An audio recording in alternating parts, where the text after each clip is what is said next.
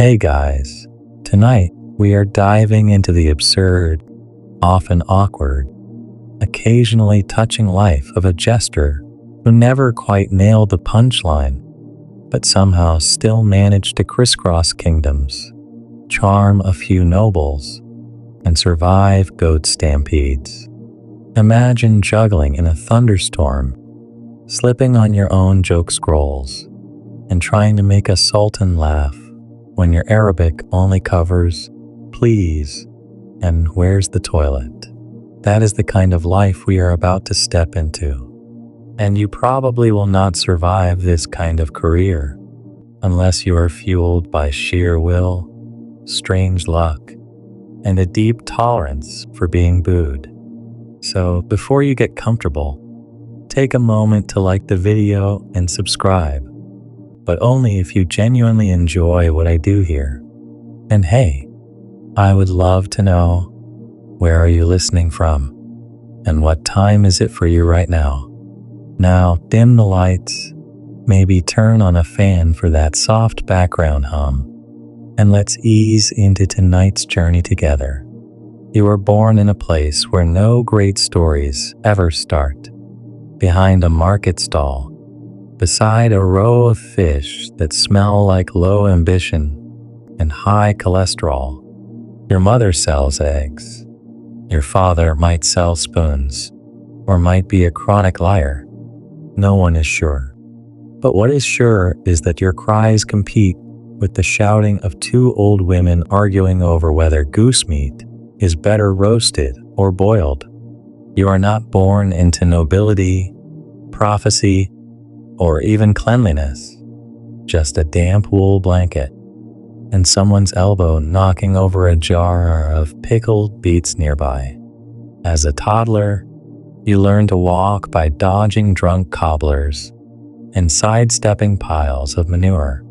You learn to talk by echoing the insults of angry butchers. Your first full sentence is, "Your sausage is sad," which earns laughter from nearby vendors and a firm slap from your aunt. By 5, you are already funny. Not good funny, but chaotic funny. Like that time you smeared onion paste on a cat to see if it would chase away the rats. It did, and then it chased you for a week. Your toys are splintery wood carvings and discarded bits of cloth. You make your first puppet using a sock, a spoon, and too much imagination. You call it Sir Cheeky Bottom. Your puppet show's plot is mostly about burping contests and invading ducks. The local kids love it. The adults think you are weird. One May Day festival, you try to perform in front of the town fountain. You juggle goose eggs. One breaks. A goose sees this. That goose never forgets your face. You grow up in the shadow of a crooked clock tower that never strikes the right hour. People use it as a kind of joke. I'll meet you when the tower says noon, meaning never. Fitting. Your timing is also off. You tell the punchline too soon. You pause where you should rush. You fall flat more often than you land a laugh. Still, you are drawn to the idea of performing. There is something about the way people look up, pause, and forget their bread lines and toothaches. You like being watched, even if it is through squinty suspicion. Around age 10, you start sneaking into the local tavern, not to drink, but to mimic the drunkards. You make faces behind their backs and parrot their half-remembered sea shanties. One evening, the tavern keeper catches you. Instead of scolding you, he lets you stay if you promise to entertain his customers. You agree, and for a handful of roasted chestnuts each week, you become the tavern's unofficial clown. Your act? It is rough. You mostly fall over things and pretend to be different types of cheeses. Still, People laugh, probably at you, not with you. But a laugh is a laugh. By now, a few adults begin to recognize your name. Oh, him? The Jester kid? Harmless. It is not quite fame. It is more like tolerated nuisance. You live for it. A distant cousin who wears gloves even in summer and smells like wax offers to apprentice you to a barrel maker. Honest work, he says. You consider it. Barrel making seems safe. Jokes, less so. But you agree. You are handed a mallet and shown how to seal wood with pitch. It is hot, dull, and smells like wet smoke. Still, you pick it up quickly. Turns out, you are decent at barrel making. Maybe too decent. Your barrels are oddly expressive. One looks like it is frowning. Another one appears to wink. You start naming them. This is concerning to your mentor. You start drawing faces inside the lids and hiding little riddles inside. Customers are confused. Some are delighted. One merchant, after opening a barrel and finding your note, what do you call a dancing potato? A tater tot, storms back and demands a refund. You are reprimanded, but secretly, your mentor chuckles. One night, after tripping over your own bucket and tumbling headfirst into a half-assembled cask, you lie there in the dark, surrounded by wood, and realize this is not your calling. You love laughter too much to waste your time sealing fish, so you make a plan. You save up a tiny pouch of coins, filched chestnuts, and a pair of mismatched boots. And one dewy morning, as mist curls around the sleeping rooftops, you leave. No dramatic goodbye, just a note under your pillow. I have jokes to tell. Wish me luck. Historians still argue whether this was bravery or delusion.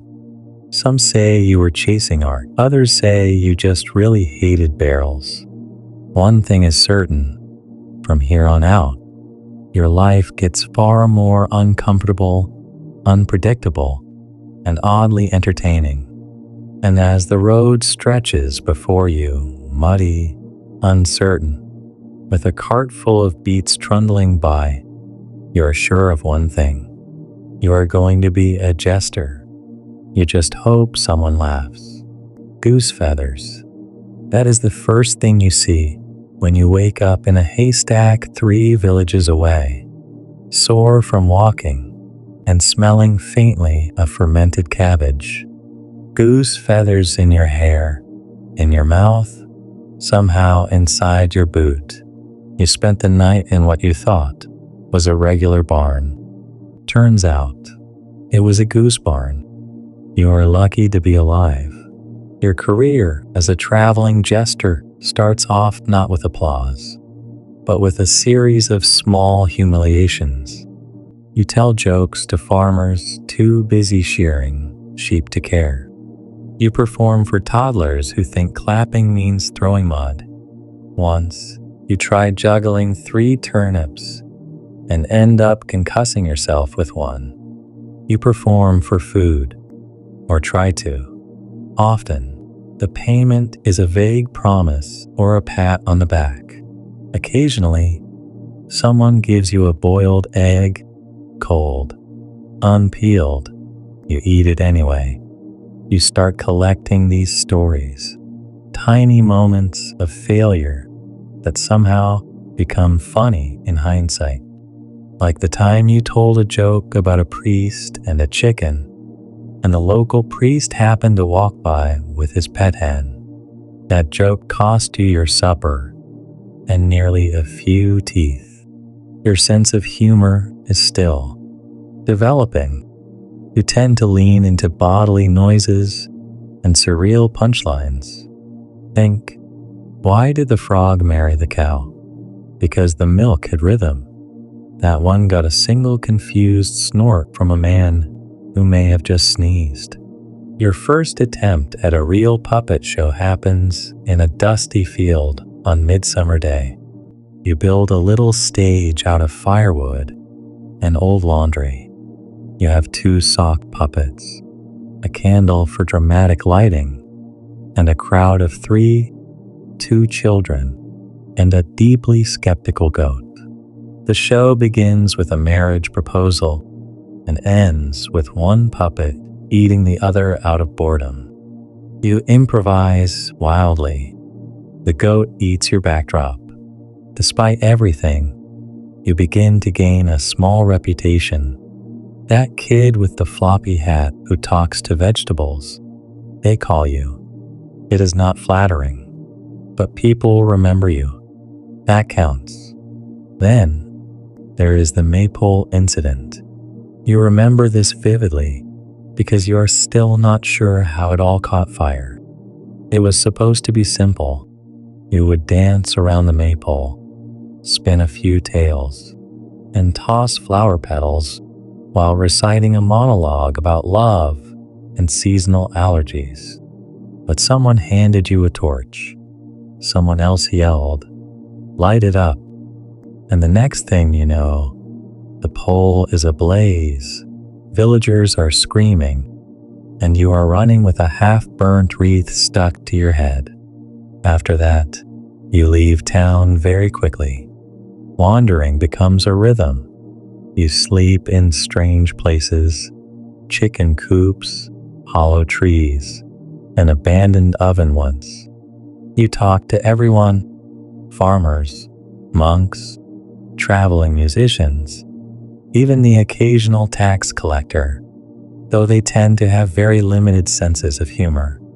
You develop a fondness for road food, stale crusts, unidentifiable dried meats, and the occasional miracle, an apple that is not bruised.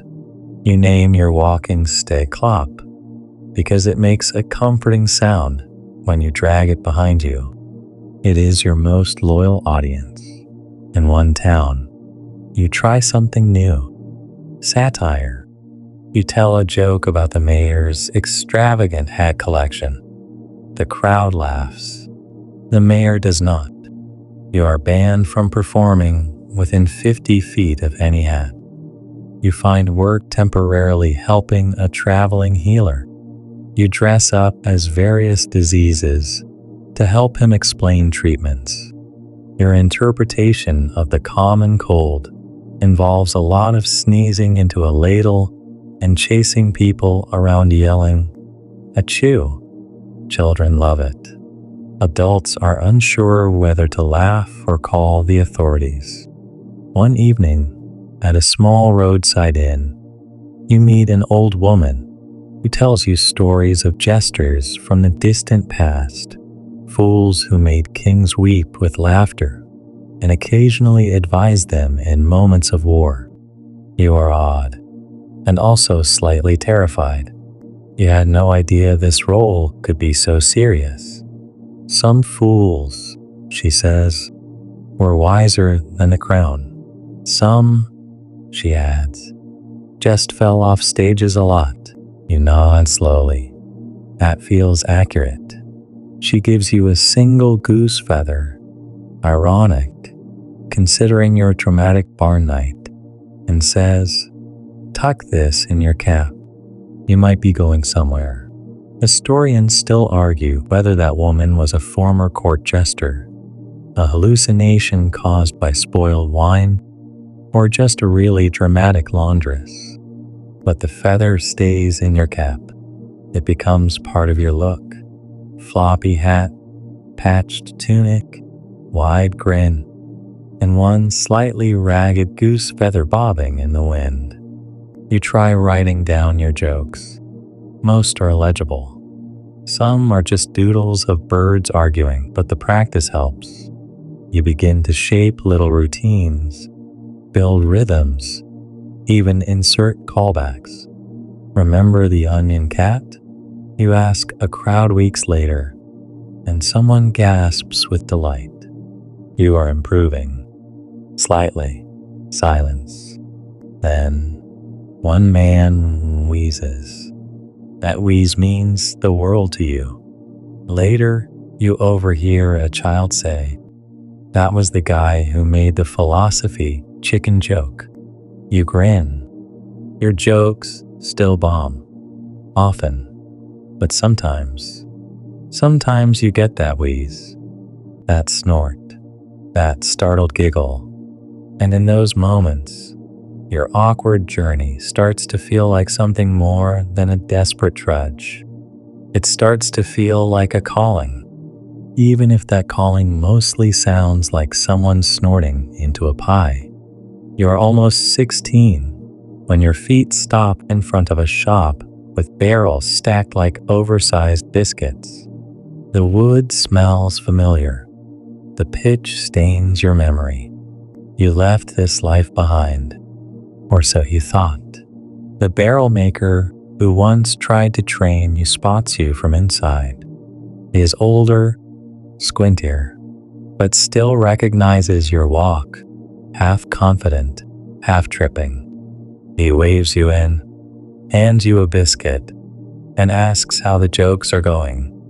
You sit on a barrel and answer honestly. Some people laugh, others throw things. He nods as if this is the natural arc of life. He offers you work, temporary of course, just until you find your next punchline. You consider it, then shake your head. Barrels do not laugh back, you say. At night, you sleep in the loft above the shop.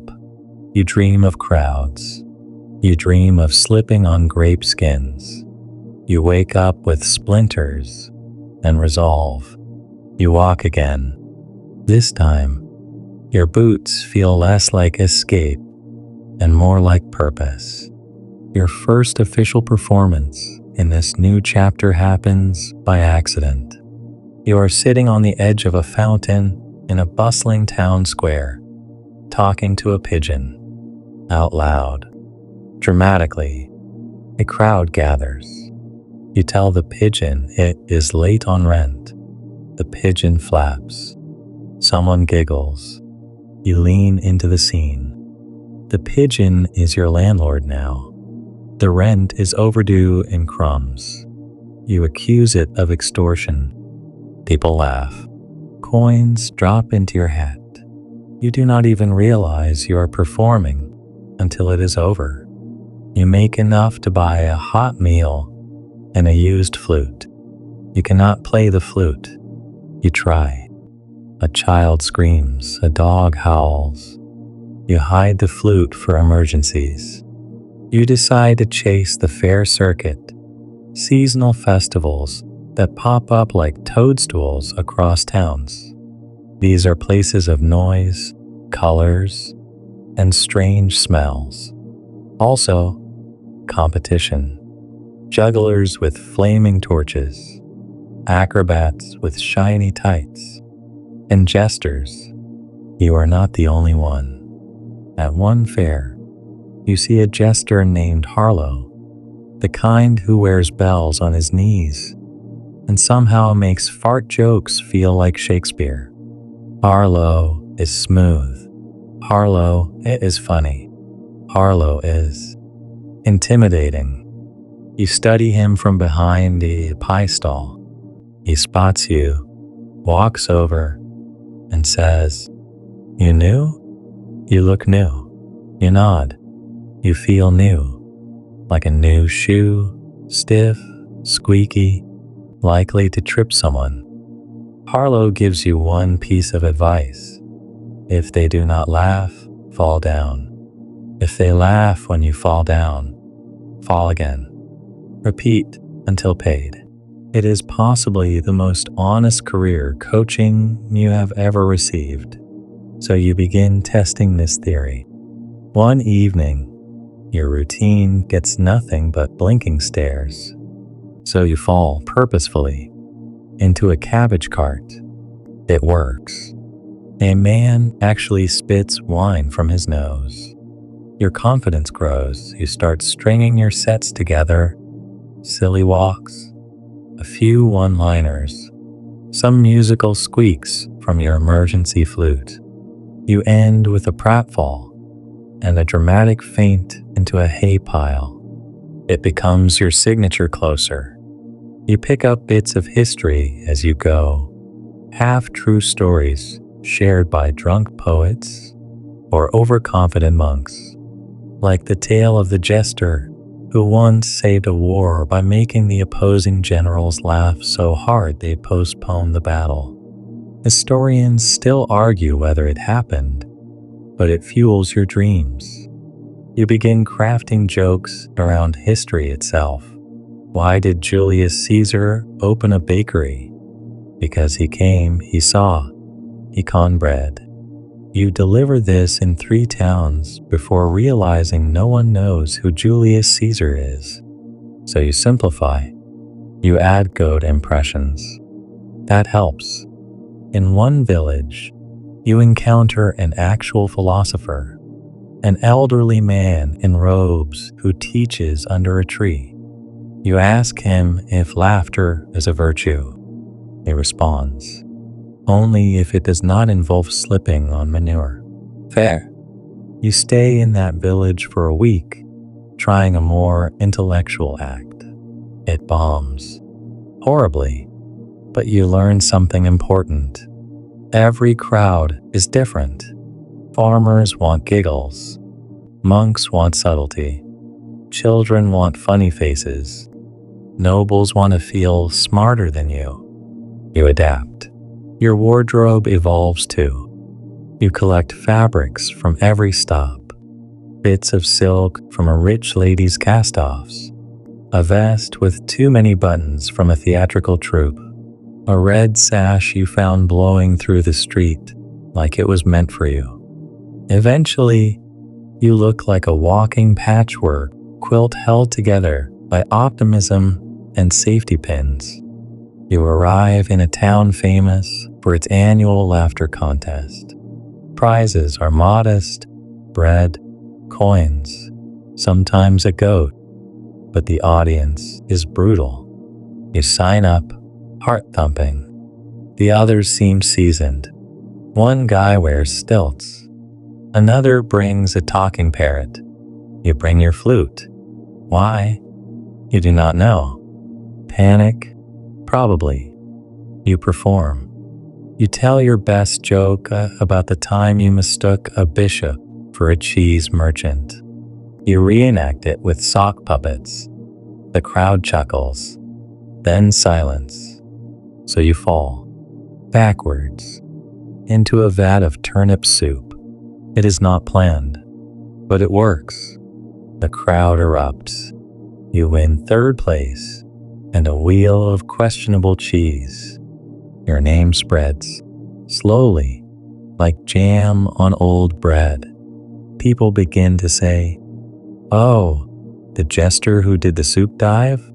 Yes, I remember him." You keep walking. You walk through dust, rain, snow that sticks to your nose like confetti. Your boots were thin. Your hat droops permanently, but your stride never falters. And inside, something is changing. You are not just chasing laughs anymore. You are building something. A path. A patchwork life of falling down, standing up, and trying again. It is not fame, but it is something real. Even if your best audience is still a judgmental pigeon. You walk into a town where no one laughs. Not a chuckle, not a whisper of amusement, just tight lips, furrowed brows, and the constant sound of people scrubbing things, carts, floors, their own hands. It is unnerving. The village is called Greywood, which sounds like a forest, but feels like a funeral. You try your usual material, the philosophy chicken, the rent-hungry pigeon. The puppet who forgets he is made of socks. Nothing. One woman frowns, so hard you think her face might collapse into itself. So, you ask around. Turns out, years ago, a jester passed through, told a joke about a pig and a priest, and accidentally sparked a theological scandal. Ever since, jesters are discouraged. One unlucky man got slapped with a turnip for juggling. You are warned to keep your comedy respectful, which in Greywood means non-existent, but you are stubborn. You begin quietly performing for children in back alleys. You do impressions of goats attending royal court. You use your shoes as puppets. One of them is now named Sir Smells-a-Lot. The kids laugh. Word spreads. One day, while buying a pear, you hear someone mutter, "That fruit's for the jester. He's not terrible." It is the closest you have ever come to a compliment. Then the mayor sends for you. You assume this is where the story ends, with stocks, or a pie to the face, not the funny kind. But instead, the mayor leans in and whispers, "My daughter laughed yesterday. First time in years. Was it you?" You nod, cautiously. He nods back, even more cautiously, and says, "Keep it quiet, but thank you." You perform a secret set in the mayor's barn that night. Only 10 people attend, but the laughter feels like thunder. You leave before sunrise, one pear richer, and just a little more sure of yourself. That is when you start keeping a journal, not a diary. No, dear goose feather, today I tripped on a tomato. Just memories. Sets that worked. Towns that frowned. What kind of joke lands with butchers versus bakers? You write down crowd reactions. Stared into the void means no laugh.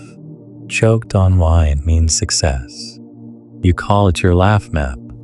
You also note the strange stuff, like the town where people laugh at you before you even speak. Turns out, they think jesters are cursed to see the future. You lean into it.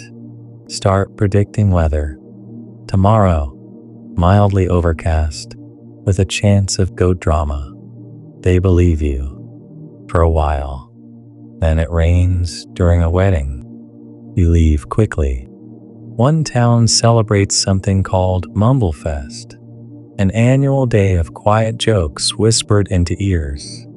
You try participating, but your whispering sounds like mumbling through pudding. You end up just humming awkwardly while handing people paper with jokes scribbled on it. You do not win the festival, but someone keeps your joke. What did the cloud say to the mountain? Stop peeking. A farmer tells it at his son's wedding later. That feels like a win. Historians still argue whether Mumblefest was a genuine cultural tradition or just a cover for secret gossip exchanges. Somewhere along the way, you meet a traveling mime named Ella. She performs entirely in silence, and yet somehow steals every crowd you hope to warm up. She wears black, paints her face, and carries a wooden chair she never actually sits in. You hate how good she is. But after one performance, she signs to you. Nice joke about the cow philosopher. You blink. You saw that? She nods, then offers you a half of her apple. The silent friendship begins. You travel together for a while, performing side by side, your noisy nonsense paired with her perfectly timed expressions. It works better than either of you expected. One town calls you noise and shadow. You like it. For a brief stretch, things are easy. The jokes land, the coins jingle. You get offered soft beds and slightly less questionable cheese. You even get recognized by name. Hey, it's the one who fell into soup. Fame, right? But every crest has its valley. One day, Ella stops. She looks at the horizon, then back at you, and shakes her head slowly. Her path veers. No words, just one final gesture. A slow, theatrical bow. You return it. You part ways. You feel that silence for miles. You try to fill it with louder jokes, louder falls, a bigger grin. But something in your rhythm stumbles. That is when you decide to try something new, songs. Your first is a musical retelling of your soup dive moment, performed with spoons and the emergency flute. It gets polite giggles. The second is about a cow who wants to be a knight. That one gets full laughter and a standing child ovation. You're onto something. You begin writing comic ballads, funny songs with terrible rhymes and odd animal protagonists. Sir Moo the Brave, Ducks in Hats, The Sad Sandwich. You sing them badly. People love them. You get invited to perform at a noble's estate. It is your first time inside a real hall, tall ceilings, tapestries, people who smell like rosewater and powdered ambition. You're nervous. You try your best material. Some nobles scoff. One lady fans herself dramatically. Then you trip on your own lute strap and knock over a wine decanter. Silence. Then, laughter. Not mocking. Genuine, gasping, chair-clutching laughter. That is when it hits you. They did not want a perfect performance. They wanted surprise, realness. The fall was the punchline. You finished the set with a bowed head and wine-stained sleeves. You are invited back. As you walk back to your inn that night, wine drying on your elbows and a coin purse heavier than usual, you look up at the stars and think, maybe I am not just okay at this anymore. Then you trip on a cobblestone and land face first in a cabbage cart. Again, you sit up, sigh, and start writing a new song, The Jester and the Cabbage Moon. The cabbage leaves still cling to your collar the next morning. You wear them like accidental medals, wandering out of the village with a squish in your step and a tune on your lips, Moon Cabbage Tango, still half-formed but catchy. That day, you decide something odd. You are going to write a full comedy show, not just a set, not just some bits and a tumble into a goose pen, a whole, structured, start-to-finish performance with characters, transitions, music, maybe even a fake, dramatic death. Something memorable. You name it The Misadventures of Sir Grumblesocks, and you decide you will debut it in a town you have never performed in before. A fresh crowd. No expectations. Just raw, unfiltered reaction. You pick a place called Eldershire, a sleepy market town nestled between rolling hills and suspiciously well-fed squirrels. The local innkeeper rents you a corner of the tavern. You hang up signs with your best handwriting, which looks like a chicken tried calligraphy. You rehearse alone in the stables, using hay bales as your audience and a confused goat as your heckler. Opening night comes. 5 people show up. One of them falls asleep before you even begin. Another one is a toddler holding what appears to be a rock. But you go on. You become Sir Grumblesocks, the knight with a squeaky sword and absolutely no clue how to slay dragons. You voice all the characters. You use sock puppets. There's a fake thunder sound made by slapping a pan. There's a dance battle between a chicken and a ghost. At the climax, you pretend to die dramatically after tripping over a spoon. Silence. Then a laugh. Then two. Then applause. The toddler throws the rock, but you catch it. Heroic reflexes. It is your first full show, and it is imperfect, but it works. You tour Grumblesocks for 2 months. The character becomes local folklore in some towns. In one hamlet, they host a mock duel between 2 kids dressed as Grumblesocks and his nemesis, Lady Whoopsie. You are honored and also mildly terrified. You start adding variations. Sometimes Grumblesocks is in space. Sometimes he runs a bakery. Once, he becomes a frog by accident, and you spend 20 minutes riveting dramatically. That performance earns you a small bag of candied almonds and an unsolicited marriage proposal. Somewhere in this stretch, you meet a monk named Brother Tallow. He invites you to perform for the abbey. You hesitate. Religious crowds are tricky. One misfired joke, and you are repenting over stale bread and judgmental soup. But you accept. You clean up your act. Less falling, more whimsy. You perform Grumblesocks and a very serious bell. It is absurd. The monks love it. Afterward, Brother Tallow pulls you aside and says, "You made us laugh. That matters more than you know." Then he adds, "Also, your pants are on backward." They are.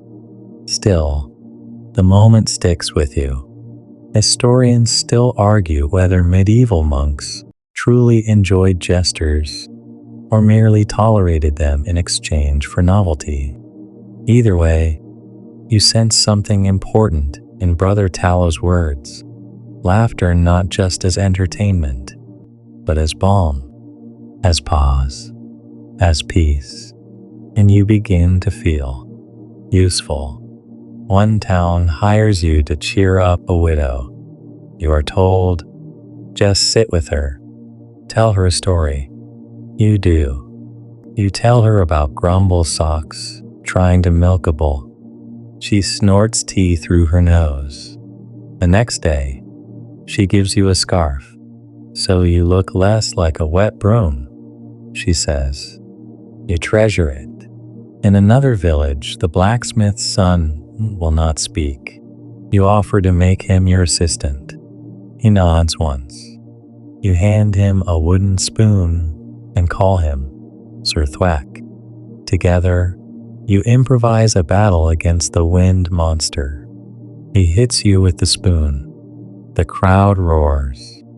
Later, his father weeps. Not everything is joyous, though. There is a winter where no towns can pay.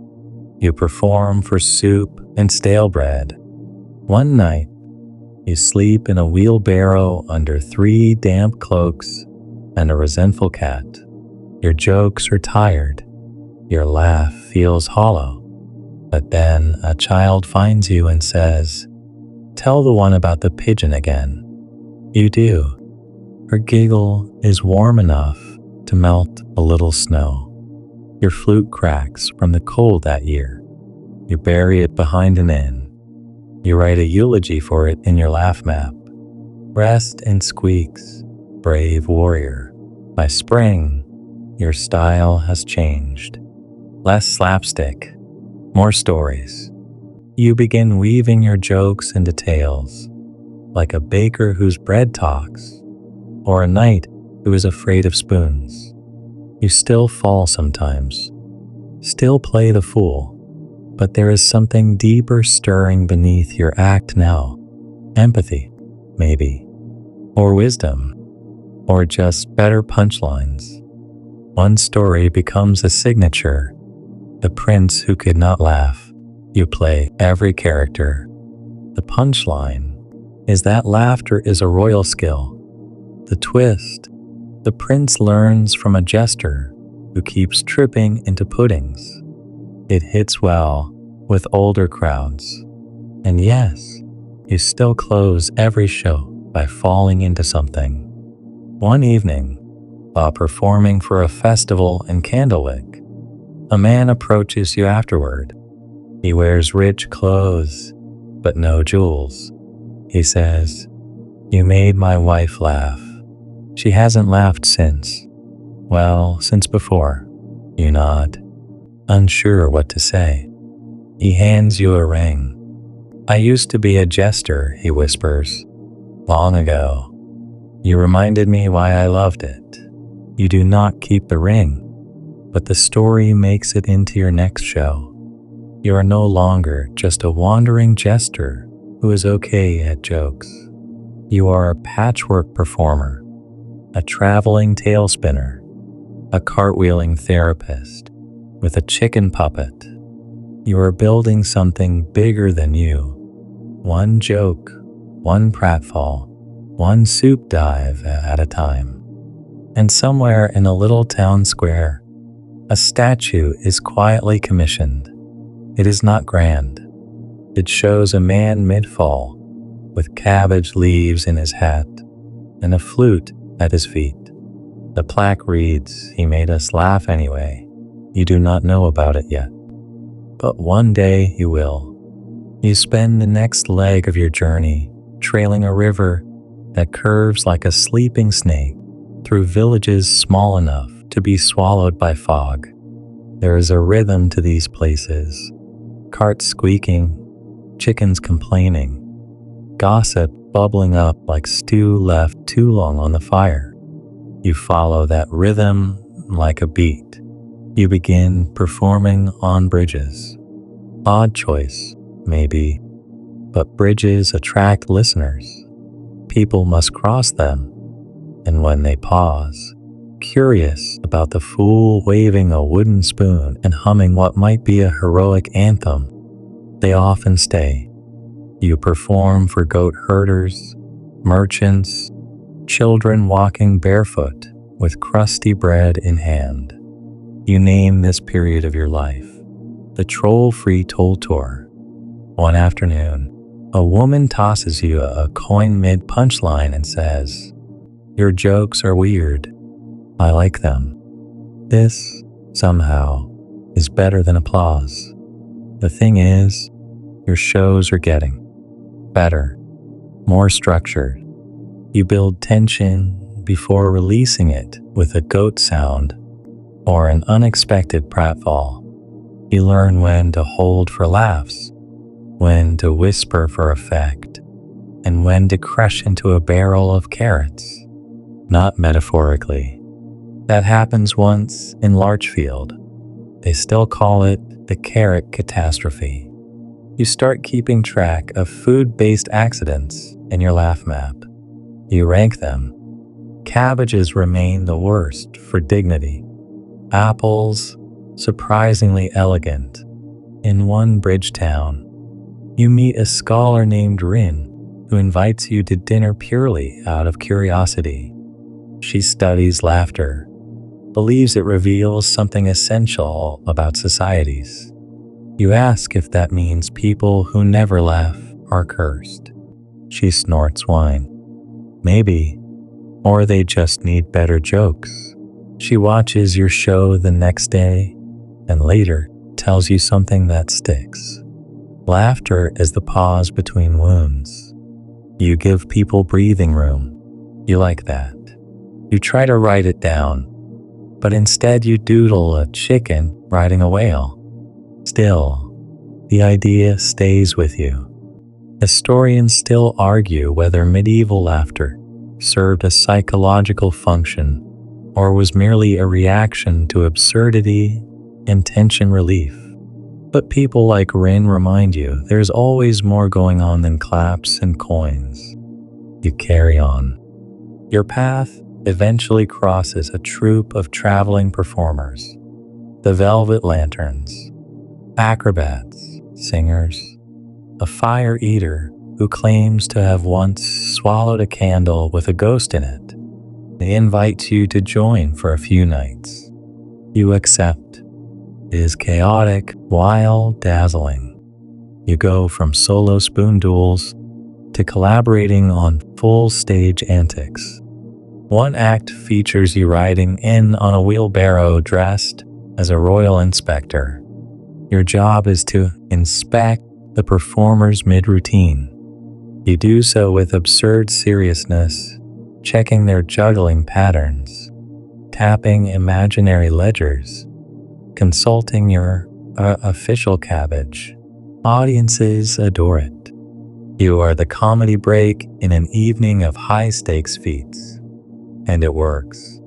You fall into rhythm with the troupe. You even help the fire eater write a bit where he pretends to accidentally ignite his own pants. They pretend, obviously. You do not repeat the soup fire incident of 2 winters ago. At night, you share tales with the troupe. One woman from the Lanterns asks, "Did you always want to be funny?" You pause. "No," you admit. "I just never stopped." They all nod like that makes perfect sense. One town throws a feast after your final show together. You eat roasted duck and drink honeyed wine. A singer toasts to you and calls you the Cabbage Night. It is supposed to be a joke. You take it seriously. You sketch a crest, 2 cabbages crossed behind a wooden spoon. You wear it for your next few performances. It becomes a thing. Children start drawing it on walls. Some even carve it into bread crusts. One blacksmith offers to make you a proper badge. You trade him 3 stories and a song. He makes it from scrap metal and paints it green. You wear it proudly. The Cabbage Night is born. Your act evolves again. Now there is a mythos.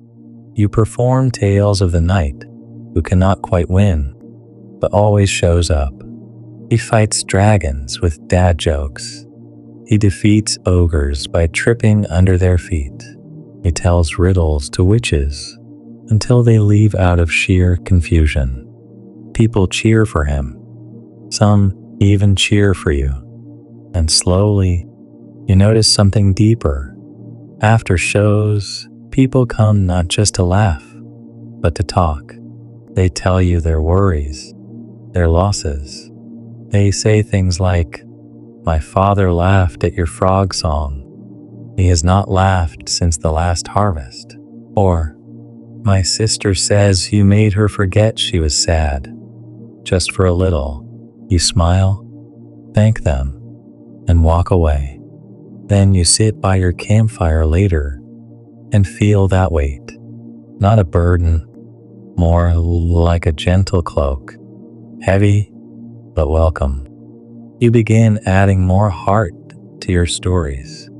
A jester helping a lonely giant.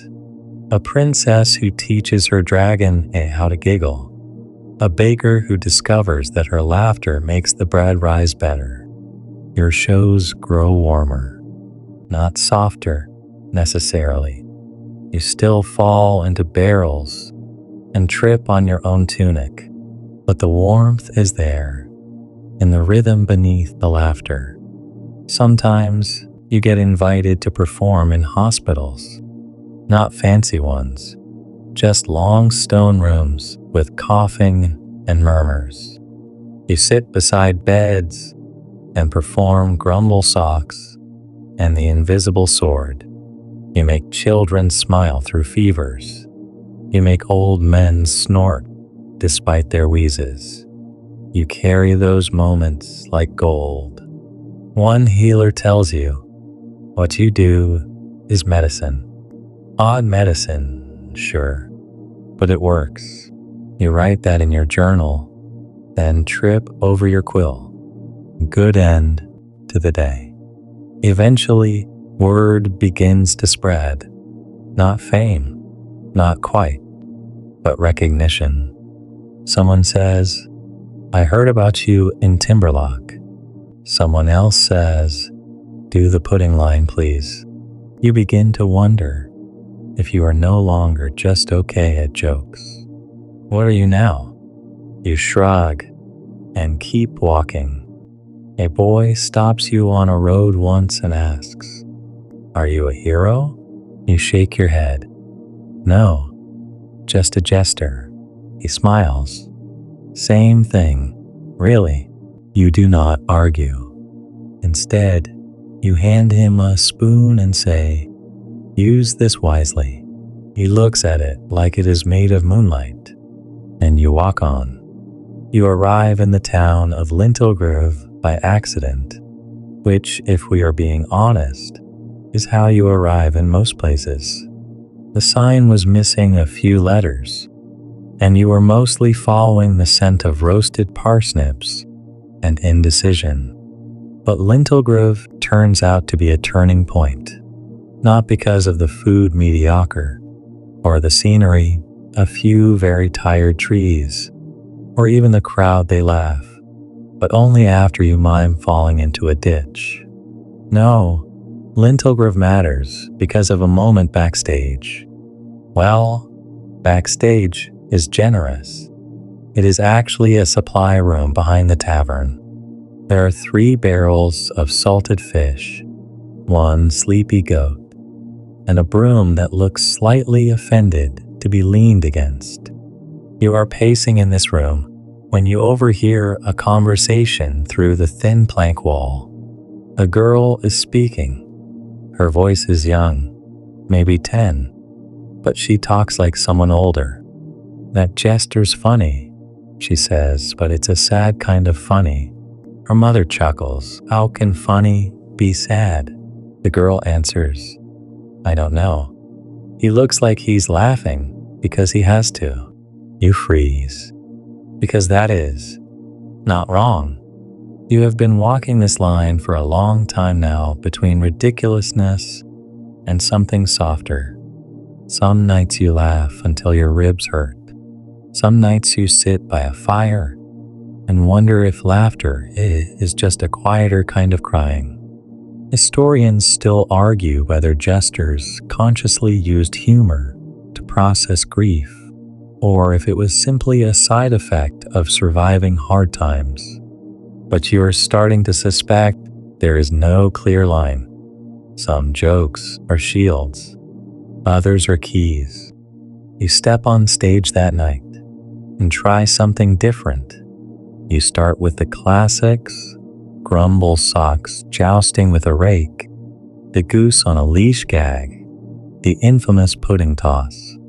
But then, just when the crowd is fully giggling, you lower your voice and tell a quiet tale about the cabbage knight sitting alone at a well, talking to his reflection, and asking why people laugh when they feel lost.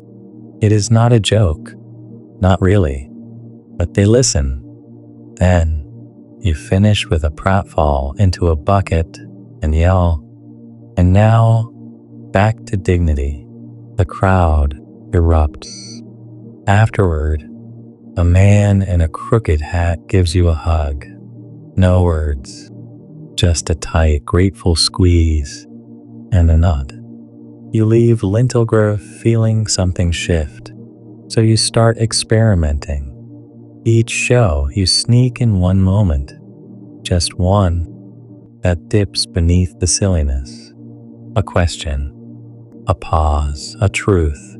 Not everyone notices, but some do. A woman in Emberstead leaves a note on your flute case. Your story made me cry. Thank you. You read it twice, then accidentally walk into a pole. Balance, as always. You begin collecting these moments, not in your laugh map, but in your memory, like smooth stones. One particularly strange week, you are invited to perform in a castle, a real one, not a tavern with illusions of grandeur, or a barn someone declared a stone palace. An actual stone-walled, tapestry-hanging, echo-filled castle. Apparently, a noblewoman saw your act in a nearby town and decided she needed a laugh before marriage. Which fair? You're escorted in through a back gate, past actual guards, and a courtyard full of bored peacocks. You perform in a grand hall lit by chandeliers and disappointment. The guests are wealthy, bored, beautiful in that detached, waxy way. You are sure they will hate you, but you go on. And somehow, they do not. They laugh, genuinely, especially at the bit where you pretend to duel yourself in a mirror. After the show, the noblewoman speaks with you privately. She says, "You were brave to be foolish here. Most people are just foolish." Then she hands you a silver comb. You have very little hair to comb. Still, you thank her. That night, you sleep in a real bed with too many pillows and one extremely judgmental embroidered cat on the blanket. And you dream of simpler things.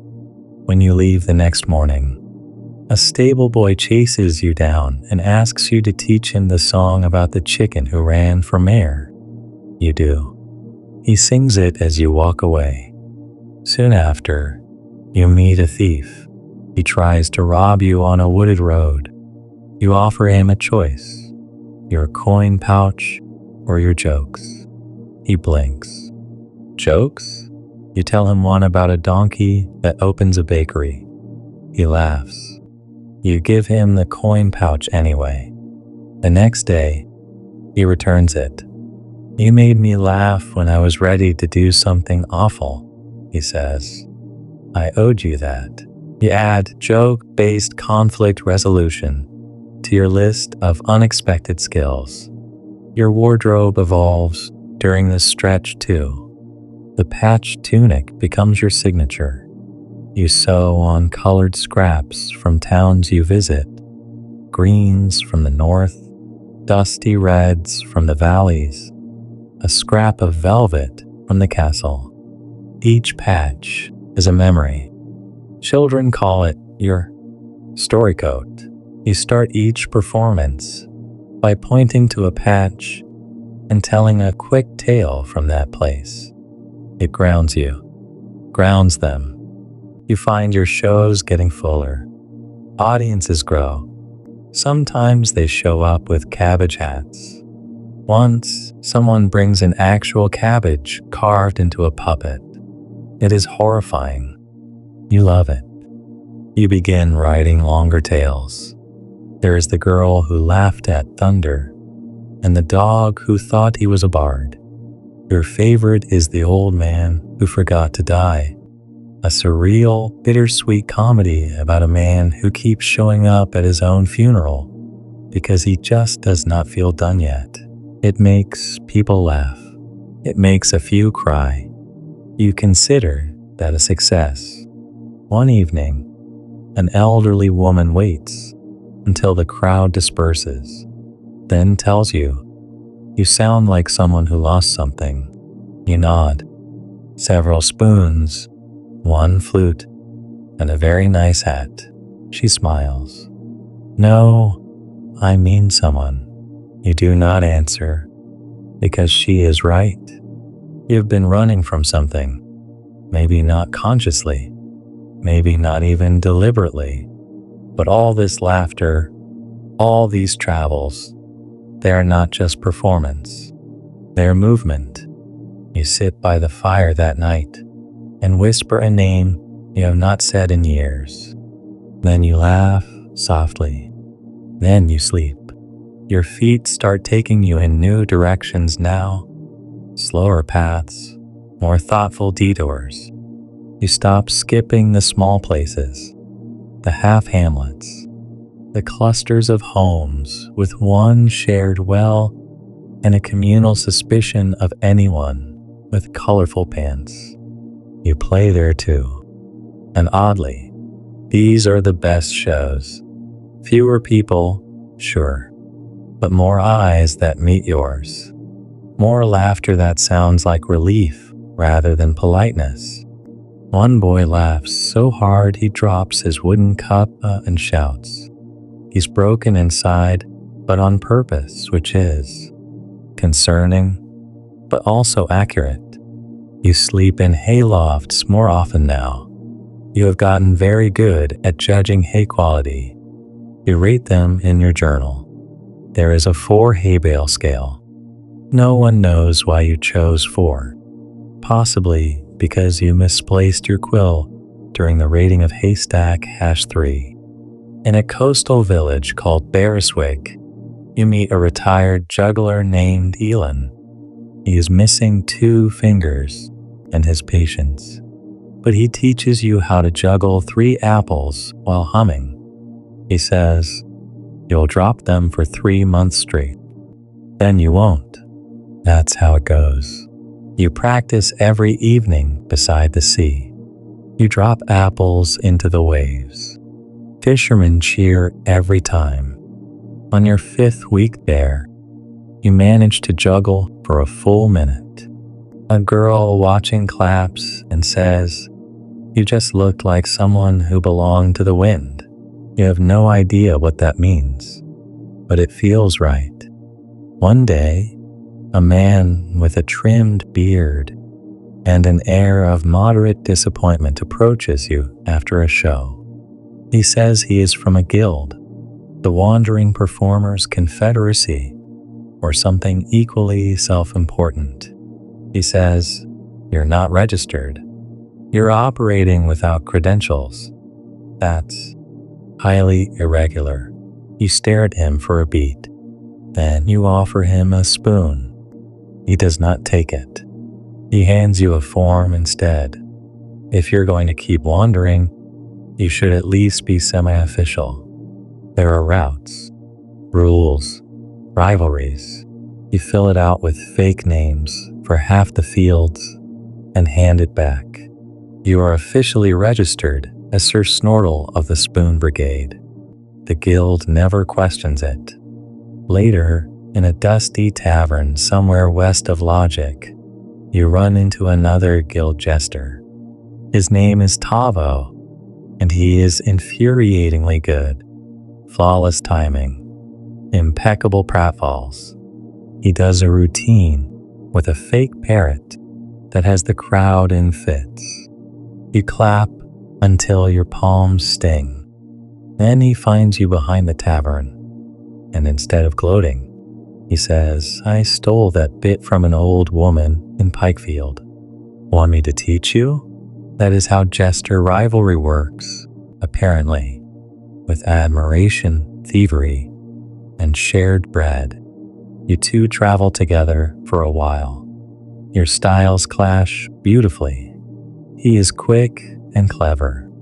You're slow and strange. You do a routine where you argue with your own hat. He plays your hat. People eat it up. Once, you swap roles mid-show. You do his act. He does yours. And the crowd barely notices. It is one of your favorite shows. Tavo says, you're not just okay at jokes anymore. You shrug. I never was. The two of you part ways at a forked path. No drama. Just a hug, a joke about spoons, and a half loaf of rye. You miss him instantly, but it is back to being a solo act. You find yourself talking to yourself more, not in a desperate way, more like narrating, reflecting. You start writing actual scripts for your stories. Nothing fancy, just outlines. Jokes you do not want to forget. Characters you might bring back. One is a talking fence post with relationship issues. You are very proud of him. You also get recognized more often, not by name, but by type. You're that cabbage guy. Do the joke about the bear and the flute. Tell the one where the knight loses his pants. You oblige. Every time. Because they remember. Which means you left something behind. Historians still argue whether medieval jesters created lasting legacies or were simply passing flickers of joy. You are determined to be both, a flicker that stays. In the town of Netherhope, you perform in a barn during a thunderstorm. The wind howls through the gaps in the wood. The rain pounds on the roof like an impatient god. You keep performing anyway. Halfway through, the storm knocks out a support beam. The wall groans. The audience gasps. You pause mid-punchline and calmly say, "If this is the end, I would like it known that my final act was yelling at an imaginary dragon about taxes." The barn holds. Everyone laughs, just a little too loudly. Later, you are invited to a tiny local festival called the Night of Old Sounds. It is all about recreating the past, traditional instruments, old games, songs that no one sung properly in decades. You are not sure if you belong, but someone insists. Laughter is a sound too, older than we think, so you go up. You do your usual thing, but with a twist. You perform in character as a jester who has been asleep for 400 years and is very confused about spoons, shoes, and the concept of cheese. It goes over surprisingly well. An elderly man shakes your hand after and says, "You made the past feel soft." You're not sure what that means either. But again, it feels right.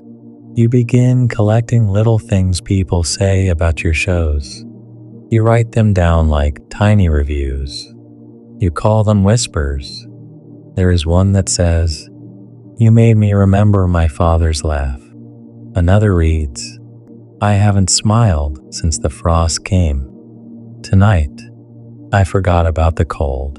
You keep them folded in your pouch, more precious than coins. Once, a horse follows you for a full day. You have no idea why. You try to name it. It ignores every suggestion. Eventually, it just leaves. You tell the story in your next show. People laugh the hardest when you say, "I guess I was the sidekick." Later that month, you pass through a village ravaged by illness. The air is thick with worry. The laughter is quieter, but it is there. You tell only the warm stories here. You do not fall. You do not juggle. You tell about the baker whose bread sings, the broom that sweeps loneliness away, the knight who keeps looking for joy and never gives up. And when it is done, someone thanks you with a single apricot and a smile like dawn. You walk away with tears you pretend are just from the dust. Your steps carry you onward, still wandering, still not great, still not perfect, but always enough. There is a forest with a name so long and unpronounceable that even the trees roll their eyes when you try to say it. You end up calling it the Mumblewood.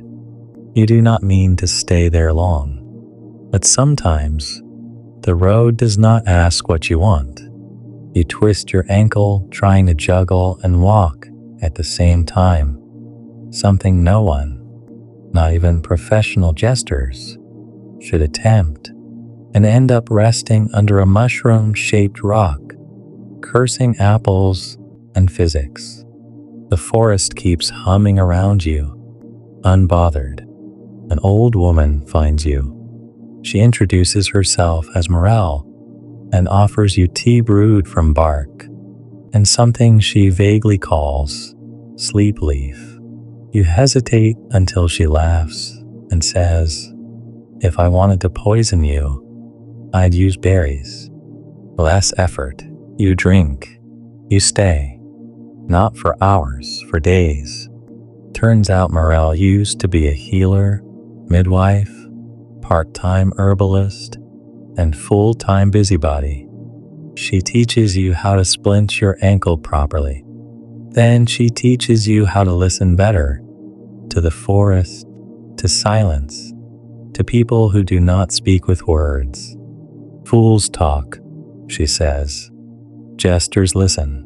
You start writing again, but slower now. Not to be clever, just to remember. One night, sitting by the fire with a bowl of moss soup better than it sounds, you tell Morel a story about the time you slipped on goose droppings mid-performance and accidentally invented a new dance. She laughs so hard she wheezes.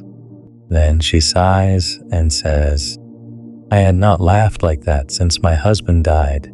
You go quiet. Then you say, "I had not told that story since I stopped needing it." Historians still argue whether stories choose the teller or the teller chooses the story. Either way, that one picked its moment. Morel gives you a carved walking stick when you leave. Not because you limp, she says, but because you forget to stand tall. You promise not to. But 5 minutes down the path, you start using it as a fake sword in an imaginary duel with a tree. Some habits stay. The forest gives way to hills, then to marshes, then to a town called Crindle, where the rain tastes like soap and everyone swears it is healing mist. You perform under a large awning, dodging leaks and cracking jokes about wet socks and soggy applause. A local potter gives you a mug with your face on it. It is alarmingly accurate, even the eyebrows. You begin to realize something odd. People are expecting you, not in every town, but often enough that it starts feeling less like a coincidence and more like a pattern. People talk. They remember. You are becoming a rumor with legs. Somewhere near the wide plains of Holbrook, a teenager tells you, "My grandmother saw you once, said you weren't funny, but you made her heart hurt in a good way." You take that as a win. Your performances evolve again, not just story and slapstick. Now you blend music, badly, but with enthusiasm. You find an old lute missing 2 strings and call it an emotionally realistic instrument. You write a song called "The Ballad of the Melancholy Spoon." It goes mildly viral in a town with exactly 17 residents and a donkey named Horace who, suspiciously, seems to hum along. One night, during a show at the edge of a ruined abbey, you meet a monk who used to be a playwright. He watches your act in silence. Then he hands you a piece of parchment with just 2 words. Keep breaking. You carry it with you from then on. You are not sure what it means, but it feels like a blessing or a curse, possibly both. You arrive at a fair soon after, a real one this time. Ribbons, roasted chestnuts, acrobats, and overpriced candied apples. You are invited to perform in the misfit tent, wedged between a fortune teller who only predicts weather and a man who screams in different languages. It is perfect. You do 3 shows a day. The third one is always just for kids. You lean into your weirder tales. The rat who ran a library, the girl who sneezed fireflies, the toad that married a ghost. They love it. You meet a child who swears she saw you in a dream. You meet a dog who refuses to leave the edge of your stage. You meet a woman who gives you a jar of marbles and says, "For when you feel like you are losing yours, you treasure that jar." Midway through the fair, something odd happens. A nobleman, young, clean, suspiciously well moisturized, approaches you after a set and says, "Would you consider a court appointment? You could make a fine fool." You blink. You ask, "What kind of court?" He says, "One with power. With coin, you'd have a stage, an audience, prestige." You ask, "Would I be free to wander?" He shakes his head. "Of course not, but you'd be remembered." You laugh and say no, not because it is a bad offer, but because you already are remembered. And more importantly, you are still wandering. That night, you sleep under your own patched cloak instead of a tent. The stars blink above like curious onlookers. You sing a soft version of the melancholy spoon to the air, and think about all the places you have yet to see. Somewhere, someone's telling your stories secondhand. You can feel it. Your coat is heavier now. So many patches, so many stories. It trails behind you like a quiet parade. You add a new patch from the fair. Gold thread. Too fancy for you. But hey, sometimes the joke is that you sparkle. As you pack up to leave, a child runs after you and shouts, "Are you real?" You turn, grin, and say, "I am just okay at jokes, but I am very real." The road is waiting, and your shoes, bless them, still have another few hundred miles in them. Your boots make a peculiar sound now, somewhere between a squeak and a philosophical sigh. You do not mind. In fact, you start composing jokes to the rhythm of your footsteps. You begin, "Two monks and a turnip walk into a," and then promptly forget the punchline 3 steps later. It becomes a recurring bit you share with nobody and everybody at once. The road takes you through the flatlands, stretches of nothing where the sky dominates, and everything feels exposed. You learn to time your performances with the wind because it steals punchlines like a jealous rival. You also start talking more to birds, mostly pigeons. They are terrible at laughing, but generous with head tilts. One morning, you arrive at a crossroads village called Marnfield, where all the signs point to Marnfield. You spend half a day walking in a loop before realizing it is a very elaborate prank pulled by local teenagers.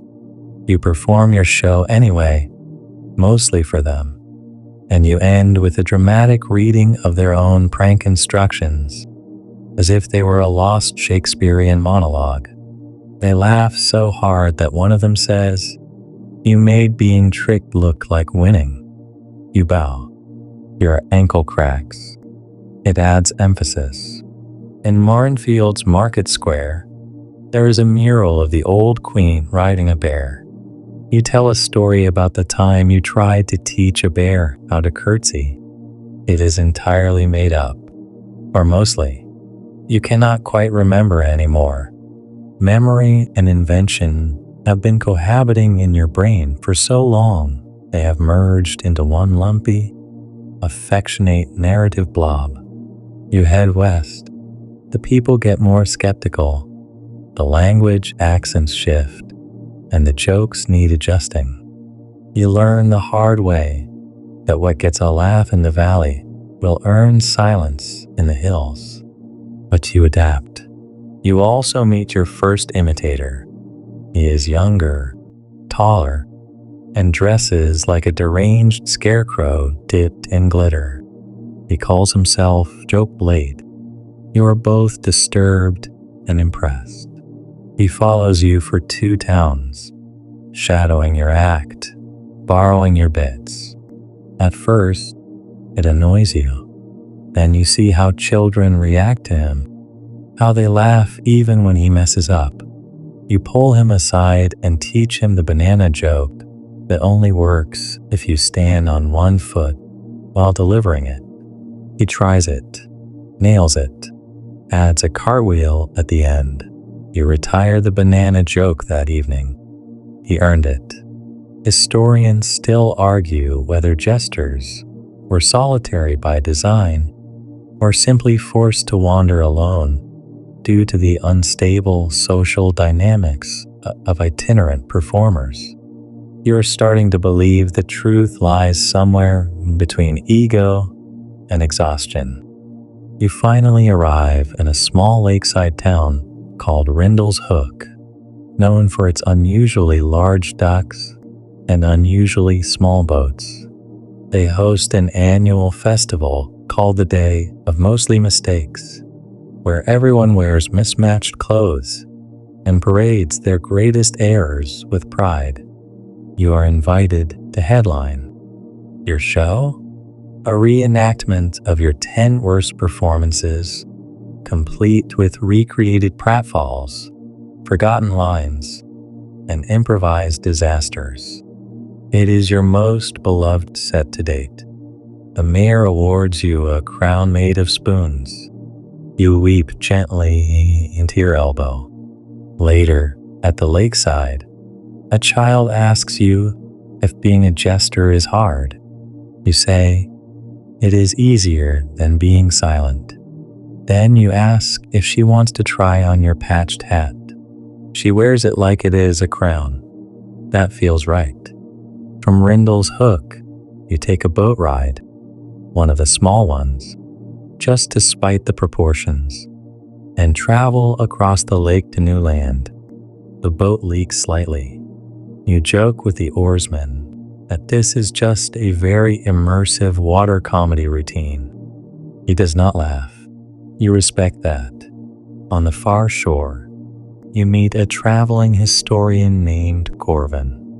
He is collecting tales from common folk. When he hears yours, he insists on writing it down. You let him, but only if he agrees to swap cloaks for the day. His is stiff, scholarly, smells like ink and arguments. Yours smells like apples and old applause. You like his version of your story. It is cleaner, less chaotic. He calls you a curious fixture of the folk tradition, blending absurdism with poignant social critique. You call yourself a guy who once got booed by a cow. Both feel true. He gives you a copy of the notes. You promise to add doodles. As you wander on, something inside you changes. You stop thinking about making it. You realize you already did, not in fame or coin or reputation, but in smiles, snippets, small thank yous. You made a living. You made a way. In a storm-drenched town, you play in a tavern filled with people who cannot afford to laugh, but do anyway. Someone pays you with a broken compass and says, "You seem like the type who does not need one." They are absolutely right. One evening, while sitting by a crumbling wall and watching fireflies float like punctuation in the dusk, you whisper to yourself, "You are just okay at jokes, but you are brilliant at being you." And that is starting to feel like enough. The next day, a boy follows you out of town. He is wearing a makeshift jester cap made from fruit netting and misplaced hope. He says, "Can I come with you?" You ask why. He says, "Because when you're here, people seem lighter." You say, "That is because I am not very heavy." He grins. You walk together until the next village. Then you buy him a loaf of bread and say, "Go home. Grow first. Wander later." He nods. Before he leaves, he gives you a wooden coin he carved himself. You carry it forever. You reach a place where the hills meet the horizon like two lovers who cannot quite touch. It is quiet. You sit. You write. Not for a show, not for the crowd, just for yourself. And for the first time in years, you say nothing for a full day. Silence can be a performance too. A city appears on the horizon, not sprawling like a capital, but purposeful, layered, the kind of place that knows its own story and is suspicious of yours. The stone gates are high, not for grandeur, but for function, and the guards eye you as though you might spontaneously combust into juggling torches. You wave. They do not wave back. Inside, the streets are wide, clean, and full of people moving with urgency. Nobody lingers. Nobody looks up. You perform in a small square beside a bakery, and halfway through your third joke about pigeons with criminal records, a passing merchant drops a coin in your hat without stopping. You are unsure if he was paying for the joke or paying for it to end. You stay at a boarding house run by a retired opera singer with an affinity for cats and aggressively scented candles. She gives you the smallest room, then insists you perform for the cats at breakfast. You do. They do not laugh, but one of them blinks slowly. You take it as praise. At night, you explore the city's older quarter, cobblestones uneven like bad memories, houses leaning into each other like conspirators. You stumble upon a broken fountain in a forgotten square. On a whim, you perform for it a silent crowd of ghosts might have watched. Or maybe it was just the wind. The next morning, a woman in a heavy coat stops you and says, "I heard you last night. My husband and I used to dance near that fountain. Thank you." She walks away before you can respond. You stand there for several minutes, unsure if you imagined it. Historians still argue whether public performance is a form of healing or simply a form of noise. You suspect it is both, healing for some, noise for others, and an unbearable delight for the ducks. You are invited to an actual theater. Curtains, velvet seats, ticket takers with practiced indifference. You are nervous, not because of the stage, but because of the ceiling. It has gold leaf on it. That seems excessive. Backstage, you meet a troupe of proper actors. They are intense, elegant, and dressed like their lives are unfolding in iambic pentameter. One of them asks you, "Do you use method?" You reply, "I use mayonnaise for everything." He does not speak to you again. Your set is short, 20 minutes. Half of it improvised, the other half held together with expressive eyebrows and mime-level overcommitment. You finish with a new piece. The chicken who gave philosophical advice. It lands. The audience laughs. They even clap. A few throw flowers. One throws a sandwich. You eat it. You thank them. After the show, a critic finds you. He is older, smells like paper and pipe smoke, and says, "You are not polished, but you are true." You write that down immediately. Then you spill soup on it. It becomes more true. For a few weeks, you become a city fixture. Not famous, but familiar. People recognize the hat, the coat, the way you say ladies, lads, and leaf collectors. Children call you the patchwork. You like that. You start writing more deliberately, compiling your odd little tales into a battered notebook. You call some of these happen. You sketch the faces of people you meet badly. You tell jokes to barbers, butchers, candle makers. You try a quiet set in the public library. You get shushed 8 times, but one librarian asks for your autograph. You visit the city archives on a whim. Inside, you find a record from years ago, a performance permit issued to a young jester with a similar name and chaotic energy. The signature is sloppy but familiar. You sit there, blinking. You have been here before. You forgot. It hits you like a missed punchline. This was your first city, your worst city, the one where you bombed so hard you left in the middle of the night, swearing you would never return. You buried the memory under better ones. And now, they laugh. Not because you're better, but because you're different, or maybe because they are. You perform one last time before leaving the city. You do the fountain set again, this time with actual people watching. A couple dances. A child claps off beat. A pigeon lands on your shoulder and refuses to move. You name him Chairman Feathers.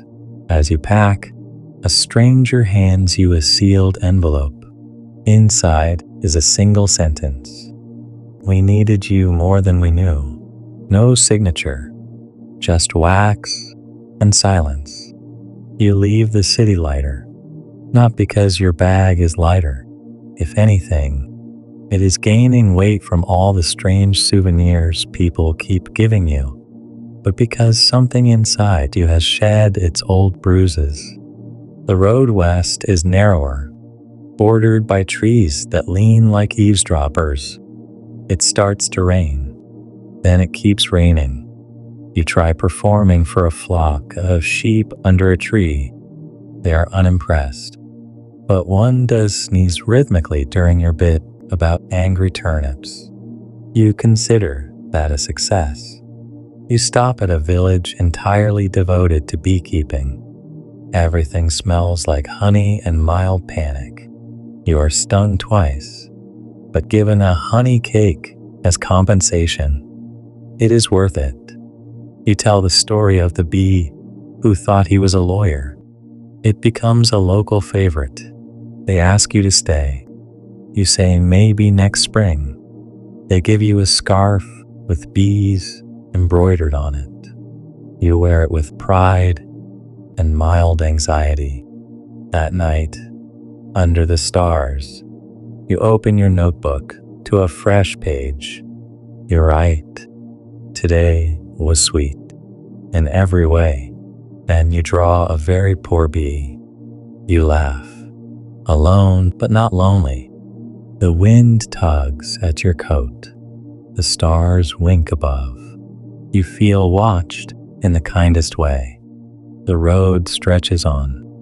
You take it, always. You reach a land where the dialects change so much. Your jokes need subtitles.